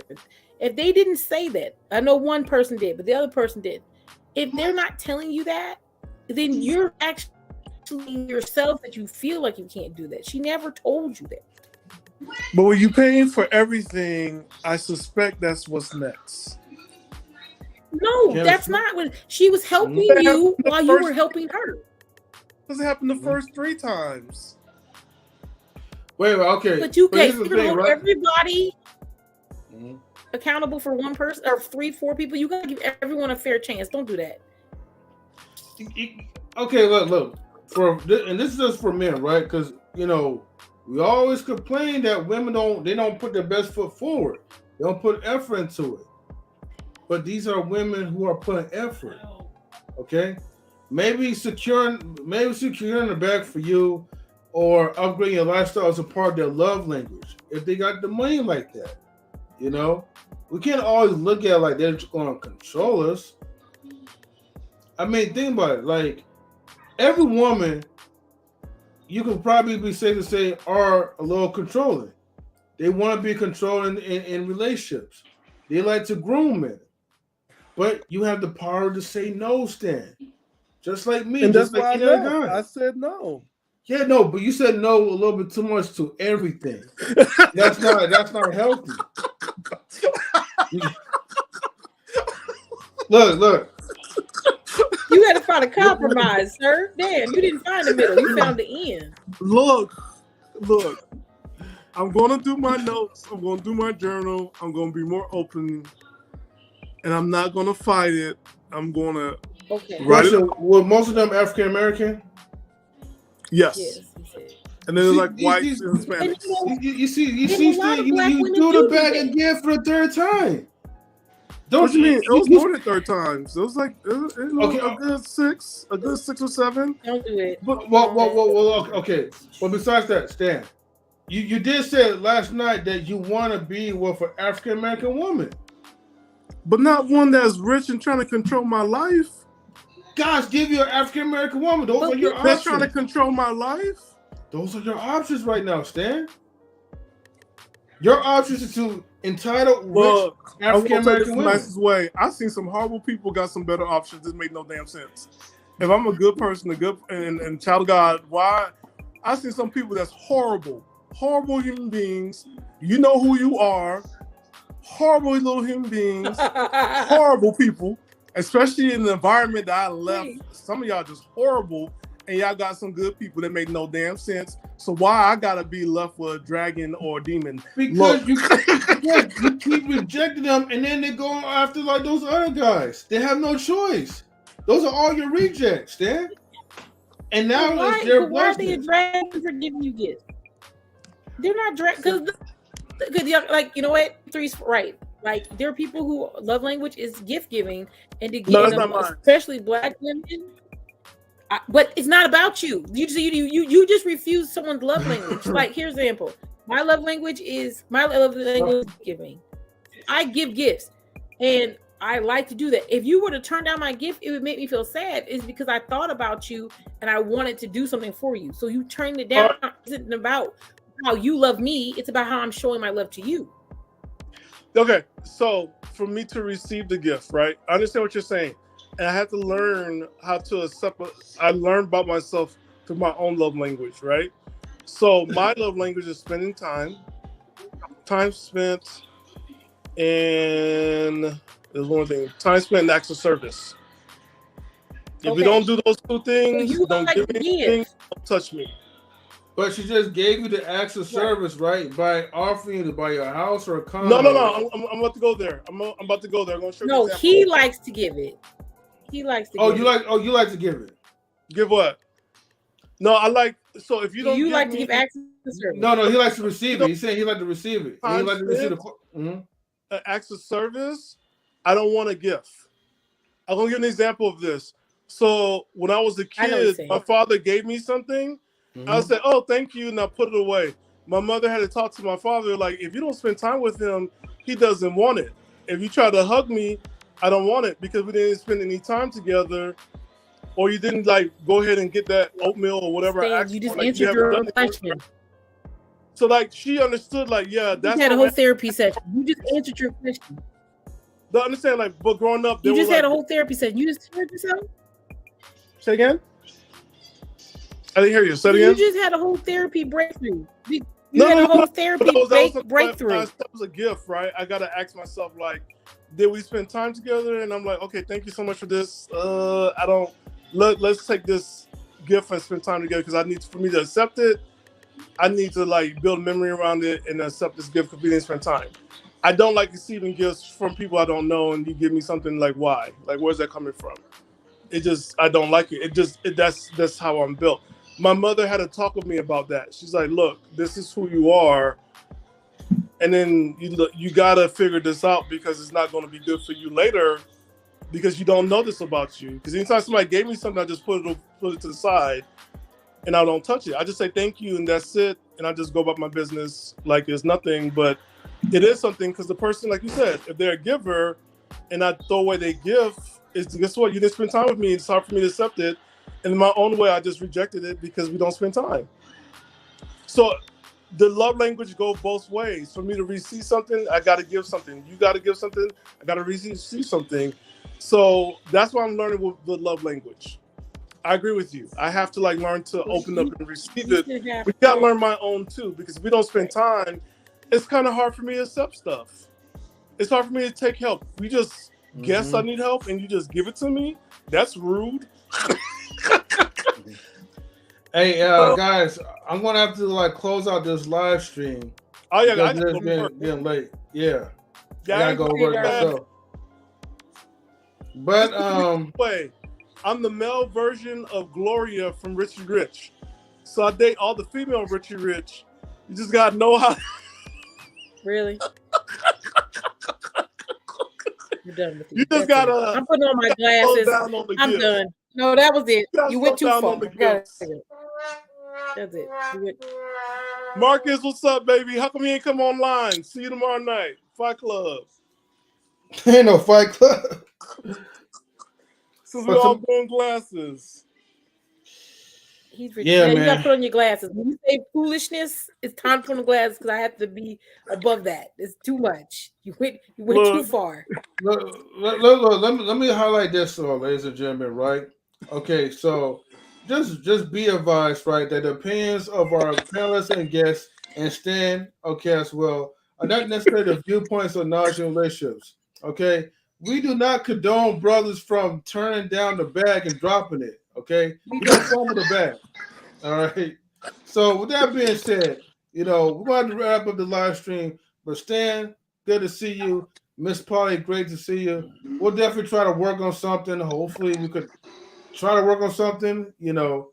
For at least for like tomorrow Sunday segment. Yeah. Yeah. But we'll figure something out. We'll work on it tomorrow for another day. Right. Exactly. Okay. Mm-hmm. Yeah. And always remember, dating the rich is not for the strong. No, you're not allowed to say that. You can't end the show like that. You're damn right. Salute to Vouaghn Bryant. Thank you for All right, let me go ahead and just play the outro. Shameful, man. Fellas don't ever drop the bag like Stan.